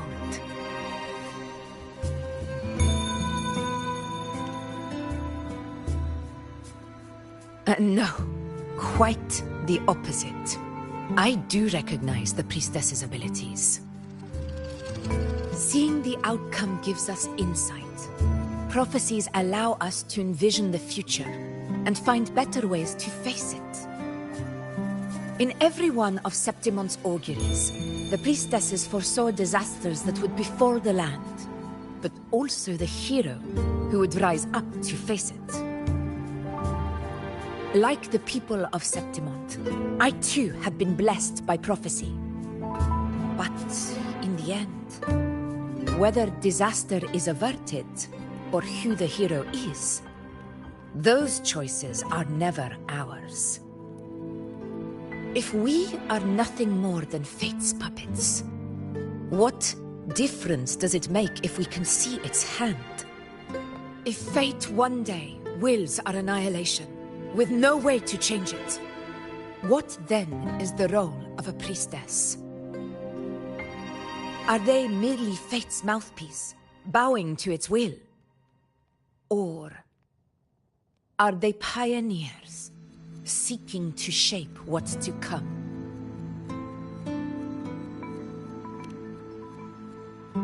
Last night, Grandmother Lilibet told me another Septimont augury had emerged. This one revealed a future unseen, a warning long overdue. An unknown disaster that would bring about the end of Septimont. The vision was unclear. The priestess couldn't discern the cause of the disaster, nor could they see the hero who would rise up to stop it.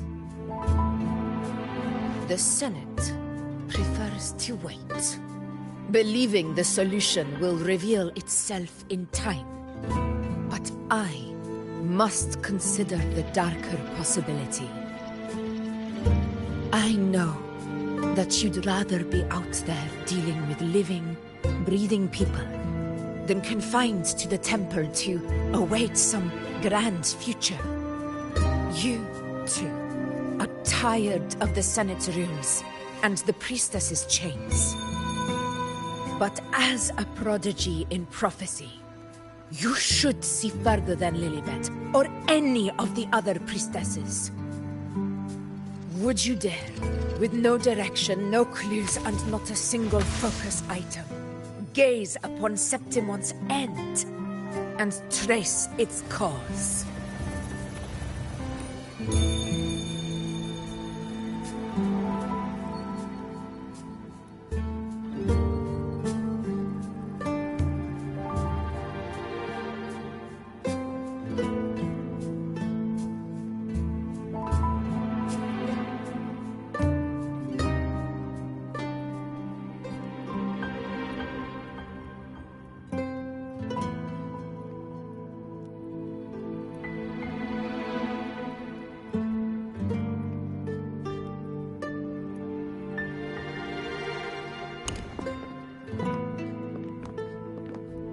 Countless souls have come to me for prophecies, and I've never held back.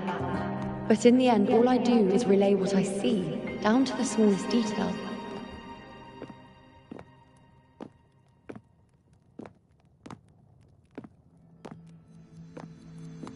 Whether I intervene or not, what's destined to happen will come to pass. If we are but fate's puppets, what difference does it make if we see the future?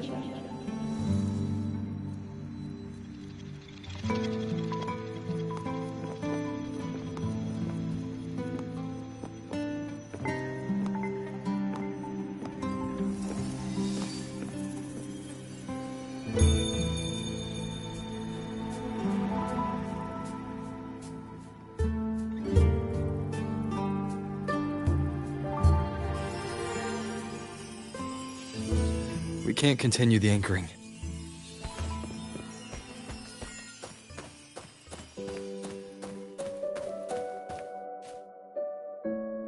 Would you dare, with no direction, no clues, and not a single focus item, gaze upon Septimon's end and trace its cause?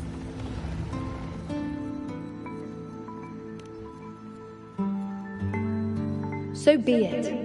I'll make this prophecy's ending my answer. End or future, if I can break through the maze and find the hero of heroes they could not, I won't need to worry about the meaning of what I see. I will be the meaning I see.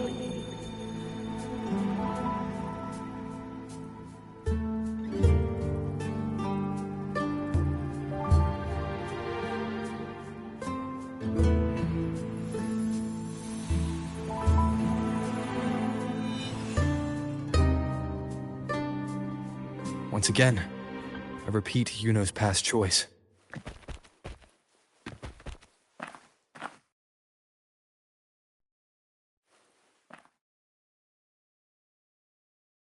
Over there. It looks familiar. Perhaps we can stop to take a breath and rest? If only for— I don't know, but something about it is different. I must have been there before and done something. Something important. None of the other places felt like this. But why is it so ruined, so silent? There should be people and more light, like how it was when it all began.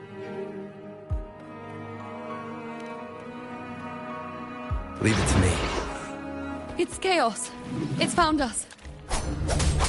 Those things are manifestations of chaos.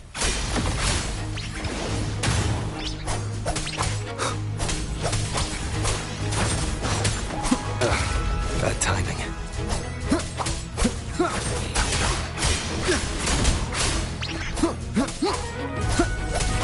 The wicked will face judgment!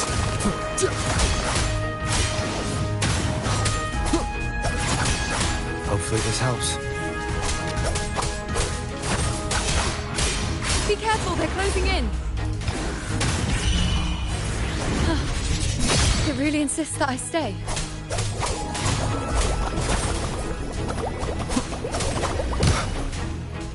The wicked will face judgment! Hopefully this helps. Annihilation!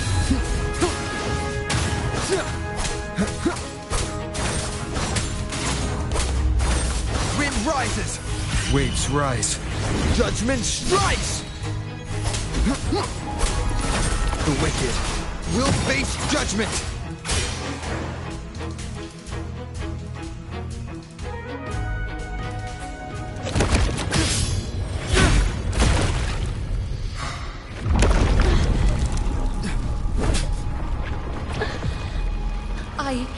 I remember now. This is the place where it all began. It's also where it ended. It's okay. Run! Over!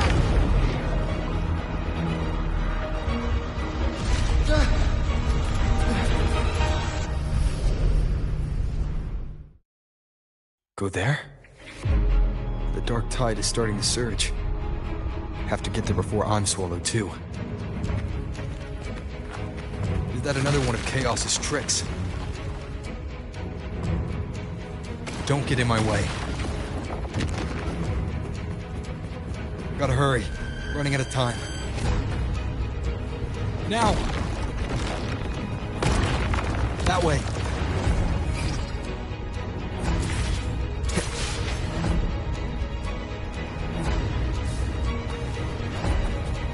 Manifestations of chaos. Where is it taking Yuno? How can I find her? Yuno wanted to come here. Did Yuno leave these lights to guide me?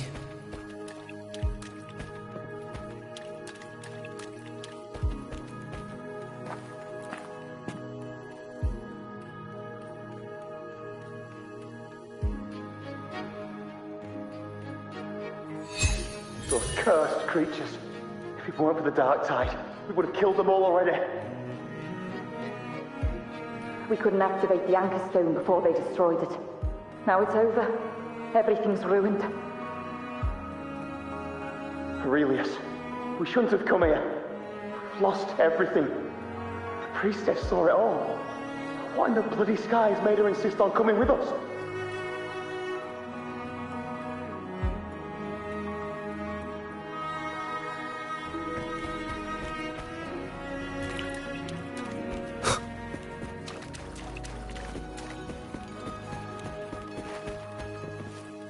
An unexpected discovery.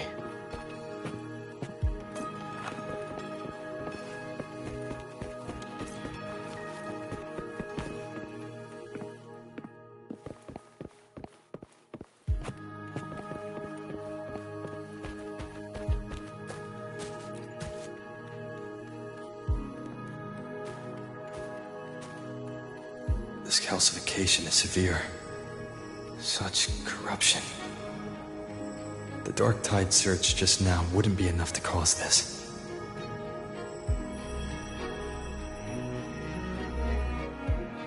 Could this be connected to the important event Yuno mentioned before she was taken?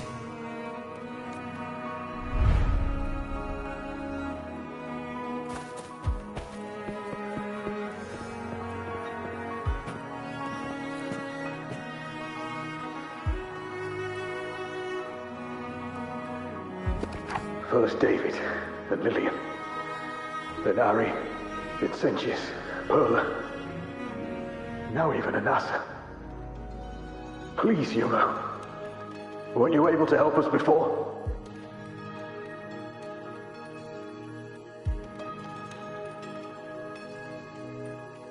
Just like when you told us to use a spear against a tacit discord. Help us see something again. You must be able to see something. All of us, doomed to die. If that's true, why did you come with us? Just to watch us die? No. The Dark Tide's corruption is spread too wide. It's covering their retreat, we can't catch them. The moonlight offered us some illumination, but... now it too is being swallowed by the Dark Tide.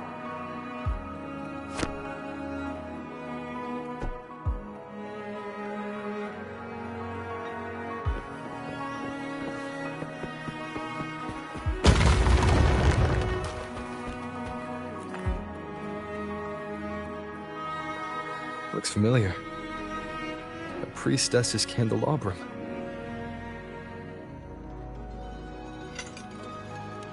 How did it get so damaged?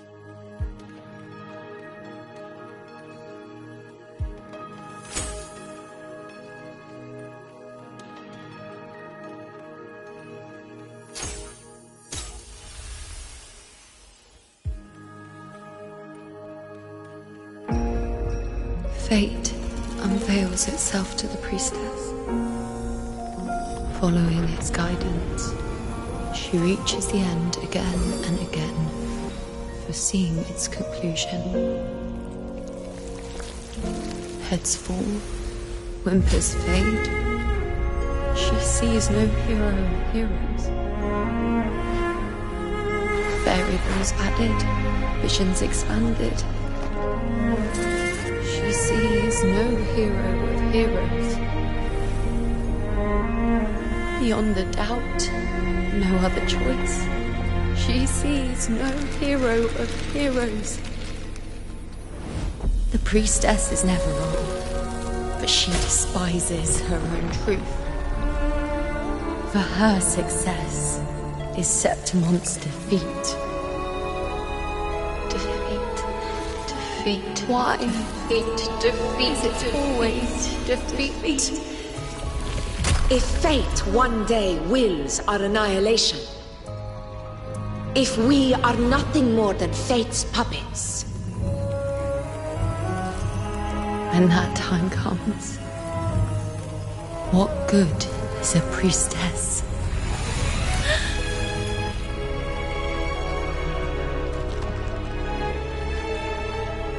Septimont will be known. Nothing will remain. Only she who foresaw every death still lives.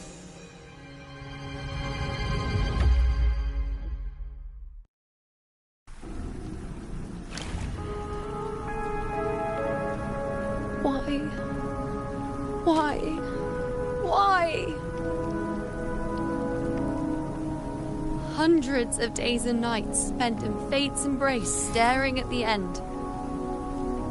I tried to see everything, missing nothing, but not once did I see a single future where Septimont still stands.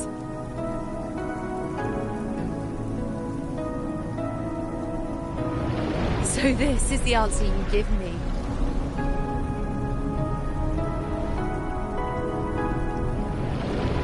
To know our inevitable doom, and tell the people of Septimont to wait for it, accept it, and even be grateful?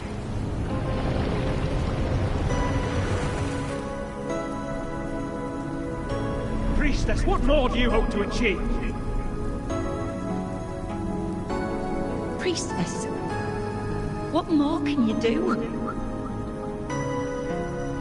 Haven't you already seen it all, plain as day? Haven't you seen it countless times already? Haven't you already viewed the answer? Yes, I saw it.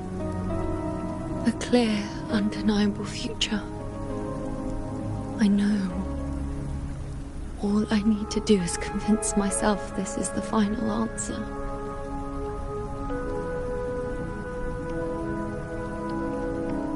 But how could I ever accept it?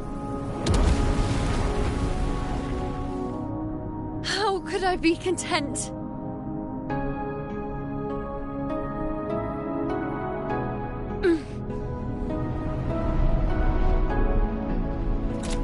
With our very existence being denied like this.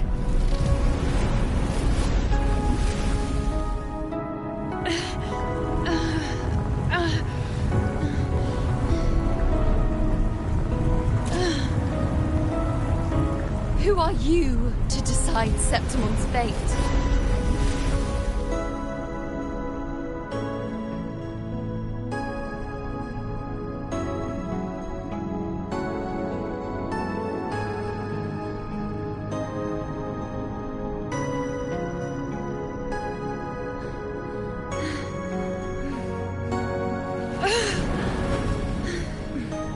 Certainty is just the narrow boundary fate sets for us.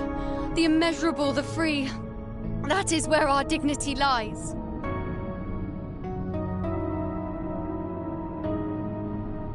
A mouthpiece, a silent witness. If this is what you expect of me.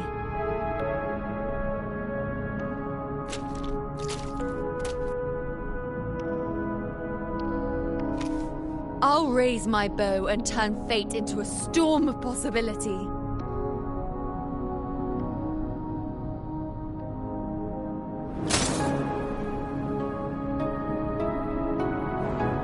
If, just once, I can prove you are not fixed, then will this so-called end even...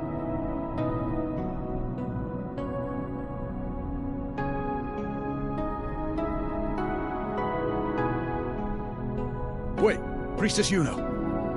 Are you really going to stand with us against the Dark Tide?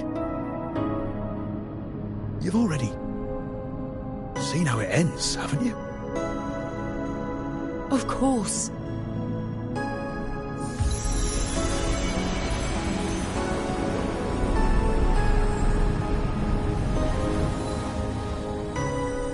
I'm doing this because it's what I want.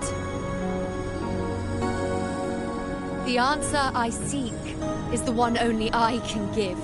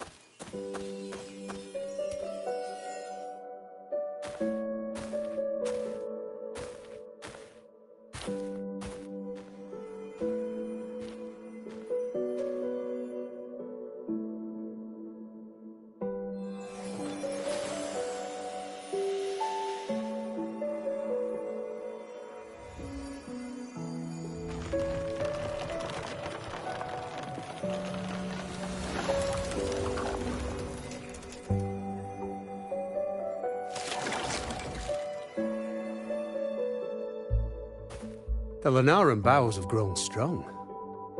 You've done well with your anchoring.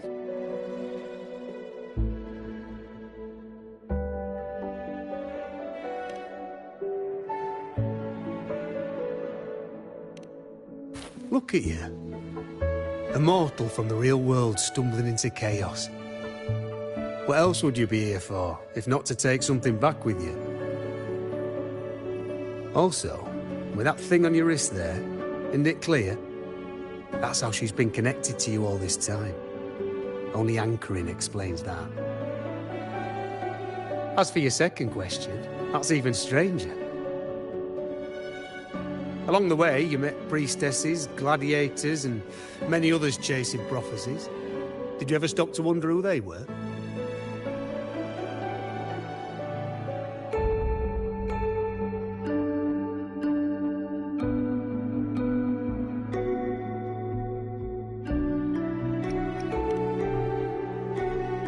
What is it you expect to hear, then? I'm a blacksmith, long dead. Once a forger of weapons. A father to a daughter. A reflection of her past in the chaos.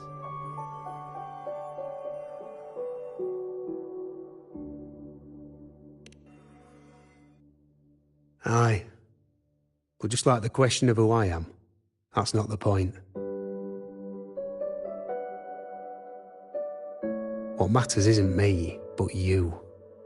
Isn't that right? You noticed, didn't you? The more you rested near the Lunaran bows, the more memories and connections manifested into reality. Yuno's spectre became more real, and the bows grew. But now, chaos has that spectre. After all, it was never truly Yuno, was it? But the Lunaran bow. That's what the two of you built along the way. There'll be no more doors to choose from. You can keep the bow and take it back with you. Find a new spectre to follow. As long as you have it with you, that should be enough. Or do you still want me to forge it into a bow?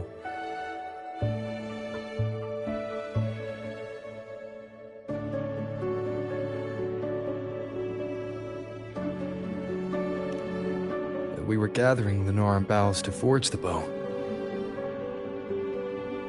Just like I came here only to anchor her and bring her back. If you cut it here, all your previous anchoring will be for nothing. You might have to start over many times, with things going even less smoothly. Are you willing?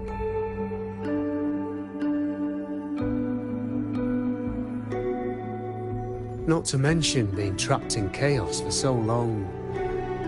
There's a chance she's already forgotten her will to fight. Are you sure you want to throw away all the certainty you've built just to gamble on a possibility?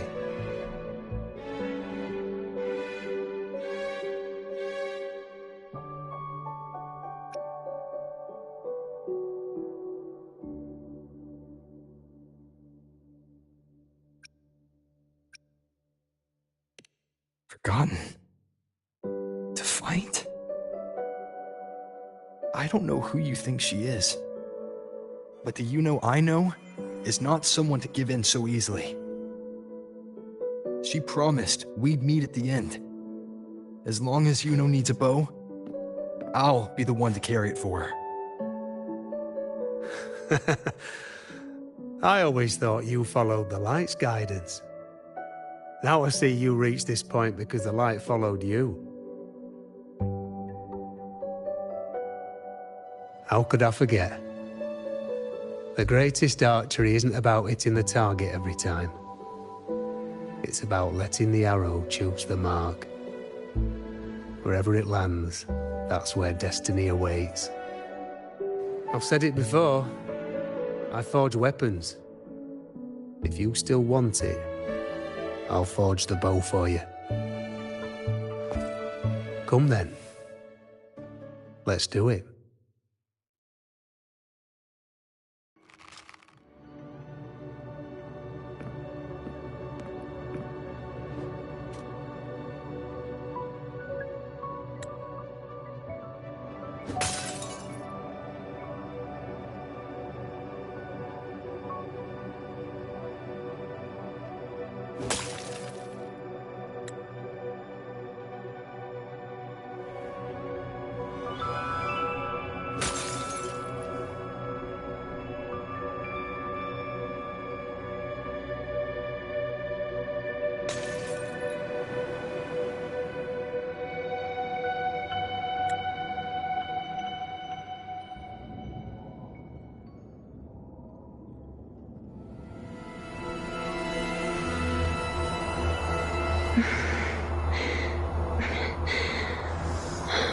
This is...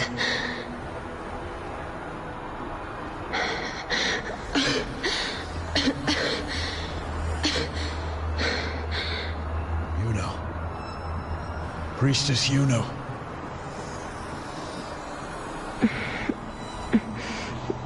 This again. My head spinning, my arms and legs. It's like I'm underwater. So heavy.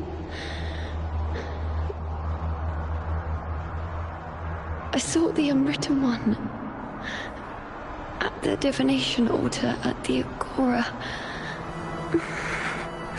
And then...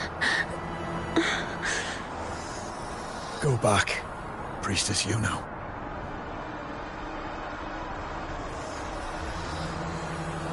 Aurelius? What are you doing here? Didn't Chaos just take me?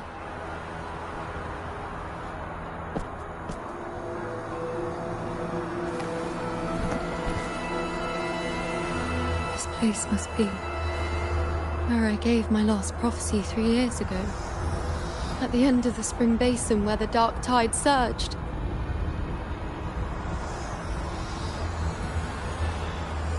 Priestess Yuno. We're already indebted to you for accompanying us on this journey. But you've seen how it ends. Our squad is doomed. The others and I are fated to fall here. There's no need for you to risk your own life any longer. Return to Tetragon Temple. That's where you should be. I too will go where I should be.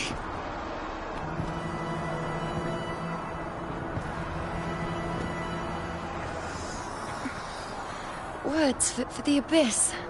Don't you dare underestimate me. Where to go, what path to take, that's something only I decide.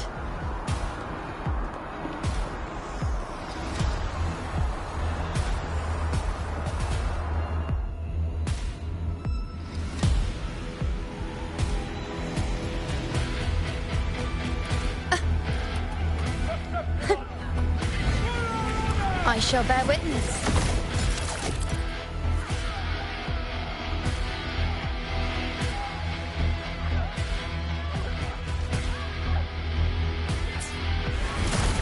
Wow! I feel much better.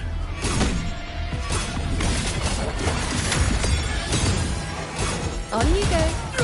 Yeah. Ha. Ha. Bow before me.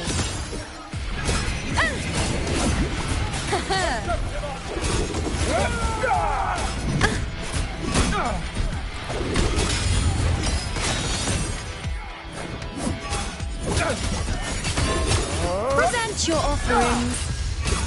Thank you.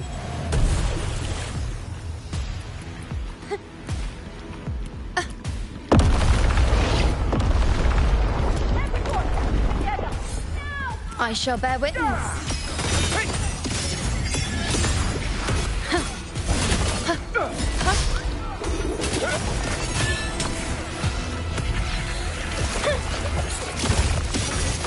wane.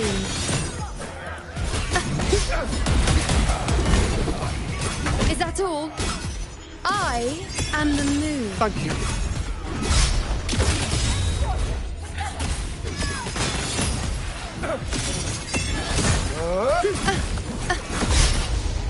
Cycle. Present your offerings. On you go.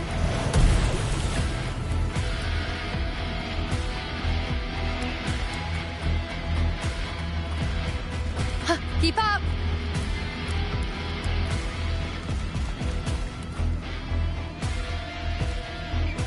Thank you. I feel much better. I can still... Definitely not. You are too wounded. Before worrying about them, make sure they don't need to worry about you. I know what you're planning. I'll go in your stead. Keep up!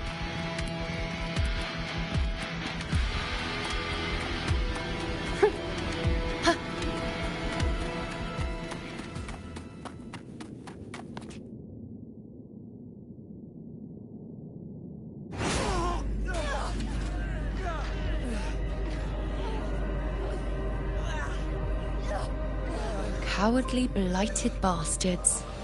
Always hiding in the dark tide.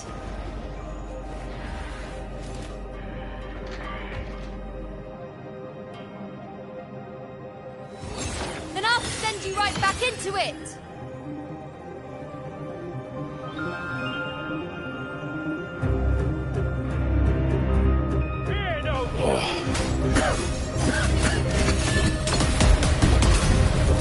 Priestess Yuna.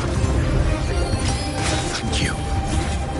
You and all of us. Done well. I will not let you fall. This is pure torture. How can I let it end like this again?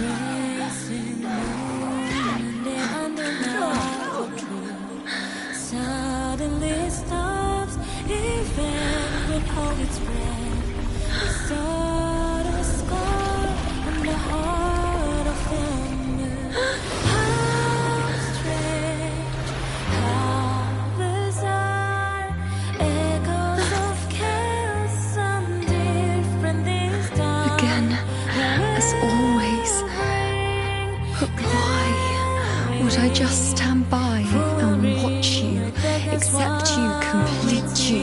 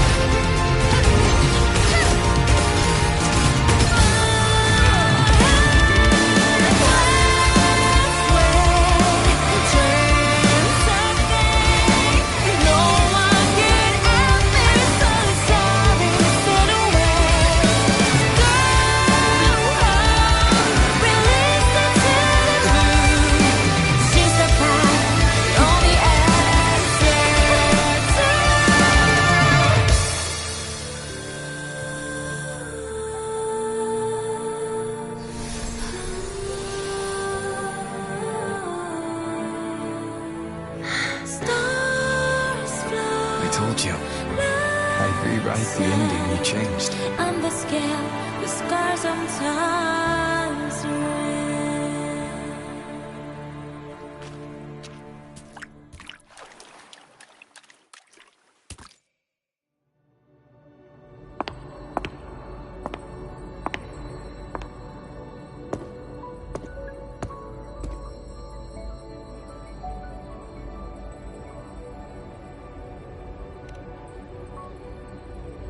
Yes. We've come out of the chaos between life and death, between existence and non-existence.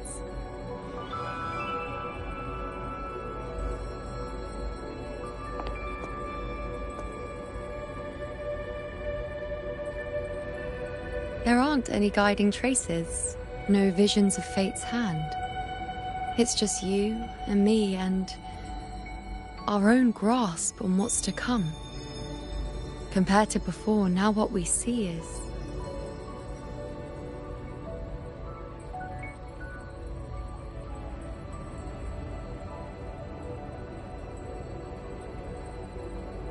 Yes. Stretching as far as the eye can see, an infinite void. More vast than what I saw within you, or anything I glimpsed in the future. So this is what our changed ending looks like. No longer an indeterminate chaos or a singular answer given by someone, but an infinite sea of possibility awaiting choice. It seems there's nothing, but in truth, there's everything. So this is the true meaning of a void. Now, it's time to leave this place.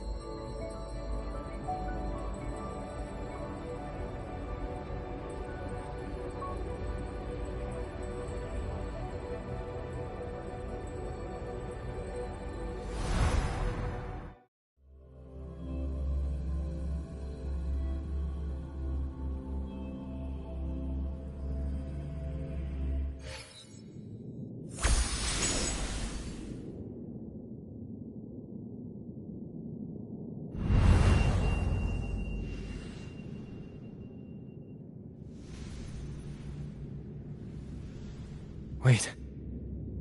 Why is it only me?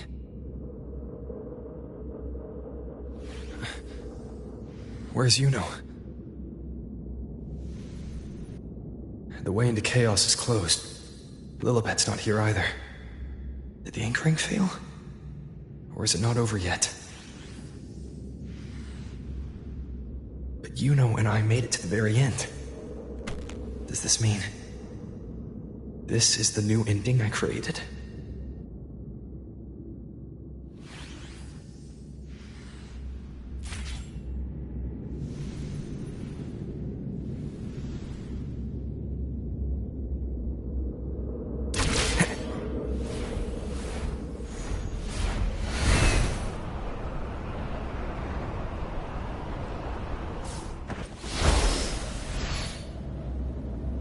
And you, unwritten one? Were I to indulge in a bit of selfishness, you'd forgive me, wouldn't you? If one day this bracelet becomes meaningless to anyone else, I hope you will remain the exception, unwritten one. Even I fear being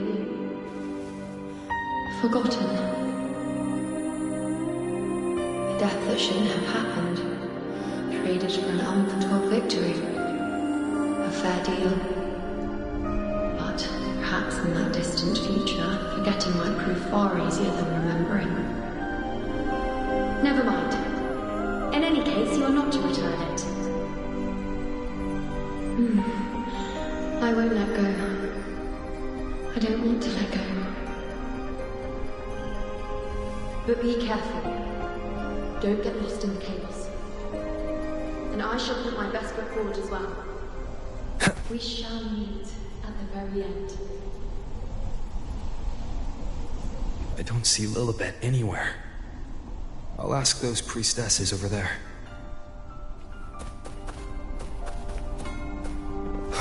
Don't you think it's odd? Grandmother Lilibet. Don't you think it's odd? Even if we can't see the next part of Septimon's auguries, it still shouldn't be such a white blank.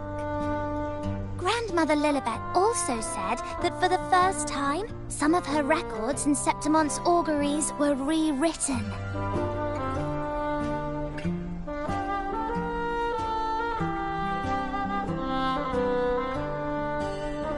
Yes, it's like there's a whole new part to the story. Huh? Wait, aren't you the one they call the unwritten one? This is our first time meeting you in person.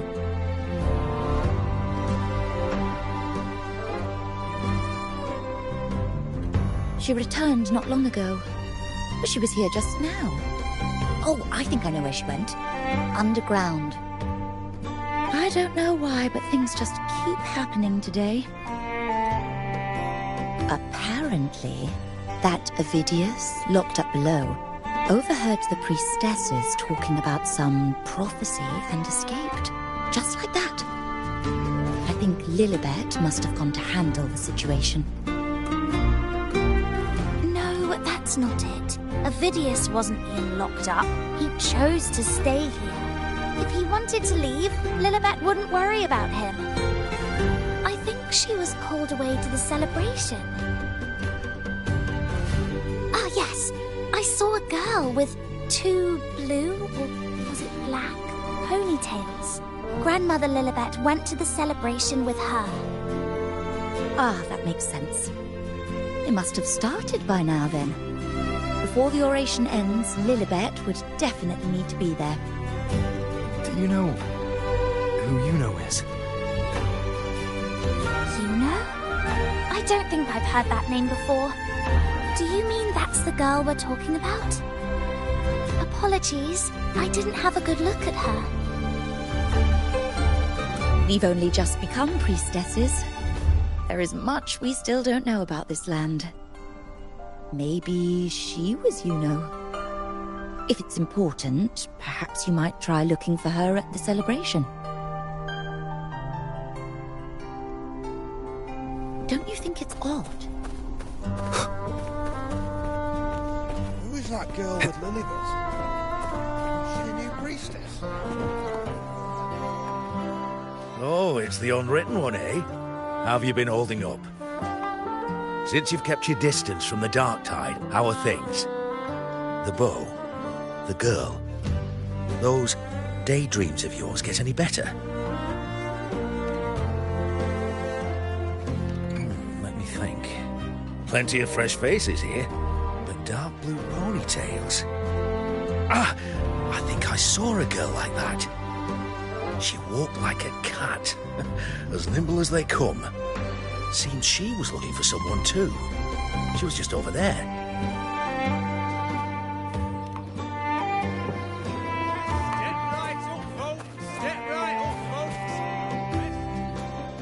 Drinks, fine food, orations, rose bearers milling about. Yes, everything is just perfect. Oh, unwritten one. I was just saying how the celebration is nearing its most glorious part. You've come here for more petals to hand out? Or would you like me to recommend another interesting part of the ceremony?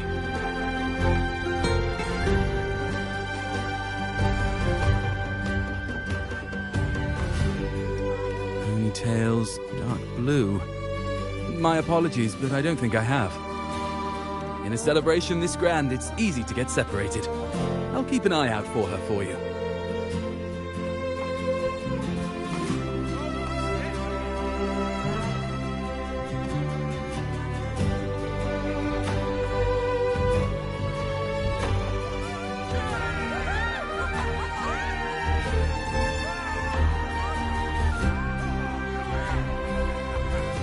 Come on over, toast! Let's drink till we drop!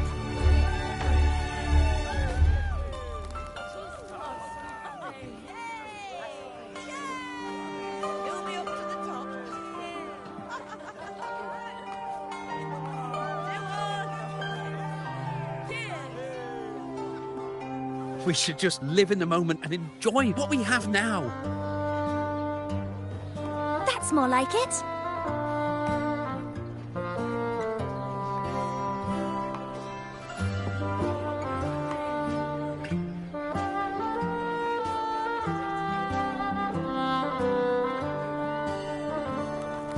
Come, triumphant rain of petals! Make it even grander!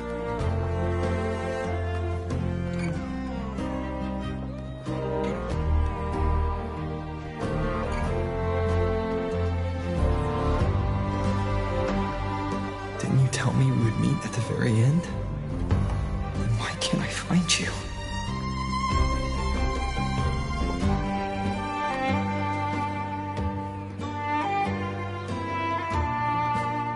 I could hear your voice from a distance. You know! Wasn't that it?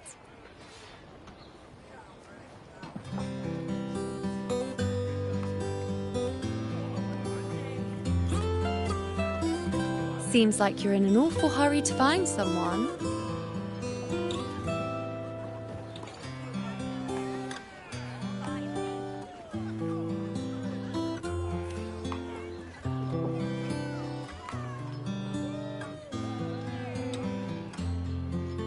I thought you'd like this, us slipping back into our old familiar rhythm.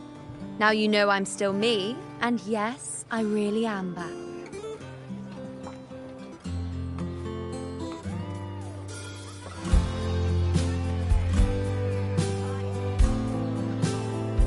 It's just like you saw at the end of the chaos. 3 years ago, at the end of the spring basin swallowed by the dark tide. I, as a priestess, made my choice.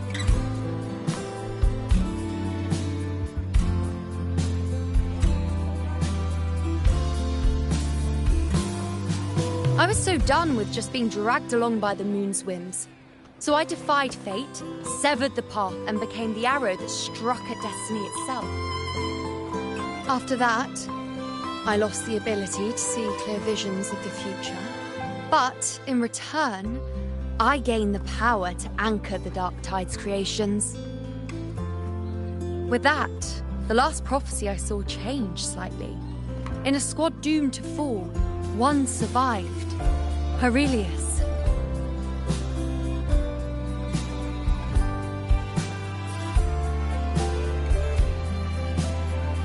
If I can do it once, then I can do it a second time, then a third. Perhaps one day I can overturn more destined futures.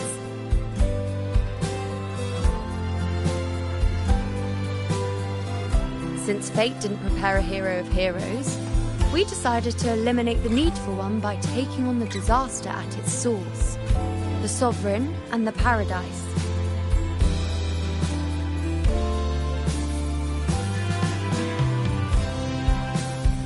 This is the plan Augusta and I made, though I did hide the teeny tiny cost.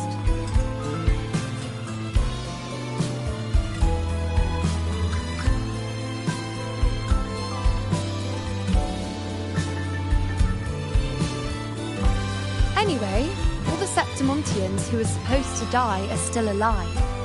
The end I once foresaw has changed. The meaning of this has already transcended my own existence.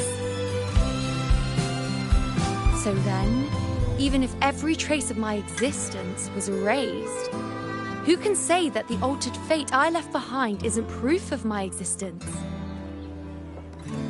More importantly, I had the privilege of standing by your side to witness what lies beyond the end. The void. An unwritten void. Perhaps it signifies the unimaginable possibilities yet to come.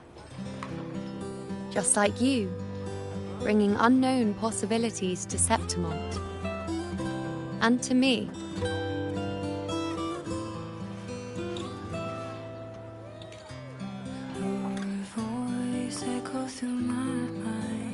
Why? Sacrificing myself?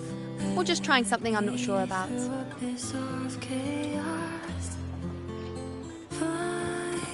Come now, you know me. I follow my whims. And the more I trust someone, the harder it is to keep my impulses in check.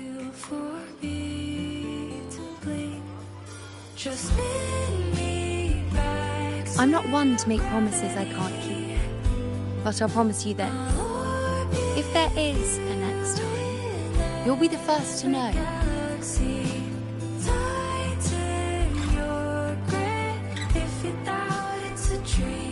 And when I do, you'll get the full story, no holding back.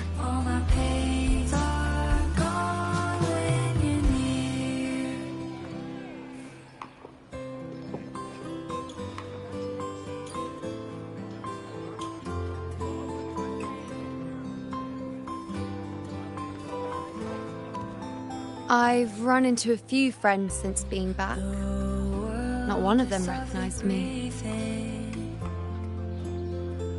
Guess the memory of the you-know they once knew is just the price we had to pay. But at least, you still remember me. You pulled me from the chaos and brought me back to existence. That's enough. Oh, I'm certain Augusta and I, along with the rest of them, will be thick as thieves again, this time creating new futures. You really shouldn't underestimate my charm.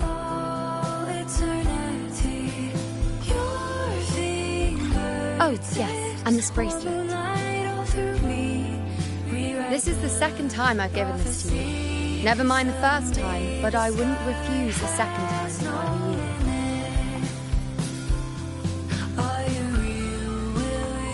Being the second time means there's been a change. Now it's a testament to our secret little interaction. I've anchored the world, and you've anchored me.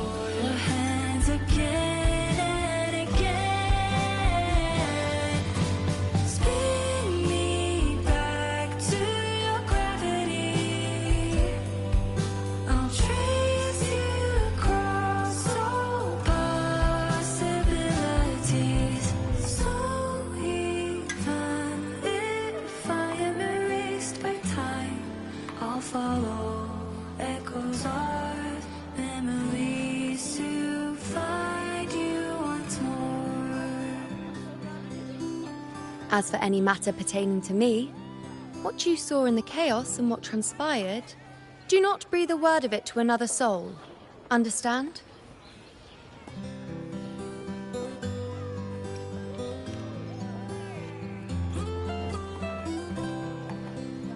You think so too? Okay, good. I'm most relieved.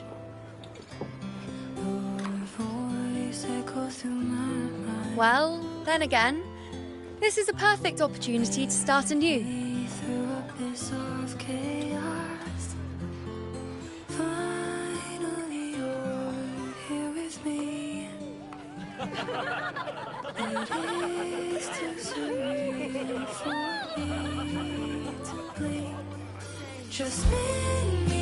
In Septimont, it would be a crime to miss the height of the celebration. After fighting side by side, we share honey and wine under a rain of petals, drinking to our heart's content. Surely you've heard of this little tradition of ours, haven't you, unwritten one? Come on, let's go, together, to be drenched in those rose petals that smell of glory and triumph. Step right up, folks, step right up.